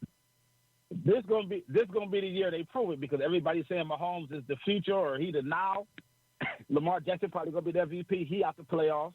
Now Okay. we're gonna put San Francisco out the playoffs. We're gonna play Kansas City in the Super Bowl, and we're gonna expose Kansas City and Mahomes with that horrible defense and our great championship defense in Yeah. the Super Bowl. Championship Lay's chip type defense. Because if you're saying this, Championship defense. Come on now. if this is, Championship defense. yeah, I got you. Championship defense. I got you. If this is the year that Aaron Rodgers got to prove that he's MVP or that why he is supposed to be the MVP or why he's supposed to be the GOAT, again, I'm asking you, how come he didn't do it in 2011? This is a constant reminder of why he's one of the greatest quarterbacks. But you can't be the GOAT and be one of. How can you be the GOAT? Tom Brady, How can you? Lamar Jackson, Patrick Mahomes. Aaron Rodgers has to reinsert himself in the conversation to remind everybody why he's even in that GOAT conversation. And he's going to do that Sunday, then again in Miami in 3 weeks. Okay, so wait a minute. And then we're going to be back on the radio talking about, what happened was. Absolutely not. That's what we're going to do. We're going to come here. I'll be the first one. That's what we're going to do. Okay, that's what we'll do. We'll come back here. But I'm just trying to figure out how can because you be. Everybody on this panel picked Seattle last week, as I recall. Everybody, including Gully, everybody picked Seattle on this panel last week. Did they? And they was going with Russell Wilson and his escapability and all that. But now, talking about Russell Wilson this week. What's going on? Okay. I'm gonna have to check the tape. I don't think everybody picked Seattle. I don't think everybody. But if you say they did, everybody picked Seattle last week. Okay, yeah. Everybody. Run back to tape. Everybody picked Seattle. Danny, Double J, Okay. Brother Rich, Okay. Barbershop J, Gully, Okay. Mike, Dave, Bruce. Everybody picked Seattle last week. Okay. But guess what? I'm gonna say to you. Okay. Yeah. Okay. Right. Yeah. You got your. If everybody picks Seattle, you got your time to shine. I will give it up to you. But I'm gonna say this to you. Let me give you a reminder, because I had to give you a reminder when it came to them Buckeyes. With the reminder is Give this. me a reminder, sir. You don't talk smack to the alligator until after you cross the river. We done already been down this road once, RB. See what I'm saying? We done been down this road once already this year with you. But it's cool, though. Aaron Rodgers is the system, but he ain't got more than the guy who's the product of the system. Aaron Rodgers is the GOAT, but then at the same time, in the same breath, he's one of the great. He's one of the GOATs. I'm just trying. He's in the breath of GOAT. He's in the GOAT conversation every year. Okay. GOAT Rodgers. With one? GOAT Rodgers. That's how great he is. Well, how come he wasn't great in 2011? GOAT Rodgers. You still ain't answered that. You got to ask Mike McCarthy that. Oh, stop. Mike McCarthy that. Oh, That's stop. your coach now. Oh, Mike stop blaming he Mike went McCarthy. To Aaron Rodgers' prime with them horrible play calls. Well, who's the coach when the Packers won that Super Bowl? Who's the coach when the Packers won the Super Bowl? Give me Bill Belichick. We got 8 Super Bowls. Give me Bill Belichick. We got 8 Super Bowls. Who was the coach of the Packers when the Packers won the Super Bowl against the Steelers? Who was the coach? Joshua, he's your coach now. Down for the Cowboys. Nah. Coach. Don't try to. This ain't no Cowboys thing, fellas. Oh, Double J, that's funny. This is me and RB do this every night. Who was the coach of? See, he good for changing the narrative, just like LeBron. You know what I'm saying? He flip flopping sometimes. Okay, cool. Okay. Let me tell you something. Aaron Rodgers is like LeBron James. Like, okay, Mike McCarthy is like Mike Brown. Aaron Rodgers make all the audibles, make the calls. He's the reason why they won the 2010 Super Bowl, not because of the coach. He like LeBron. Mike Brown is just the figurehead. He a coach. Okay, go over there and perform. But in the end, Aaron Rodgers ran that whole situation. Okay. That's why he got that Super Bowl. Okay. Come on now. All right, that's fine. I'm with you on that. Can you please explain to me then? You can explain me to what happened in 2010. Explain to me what happened in 2011.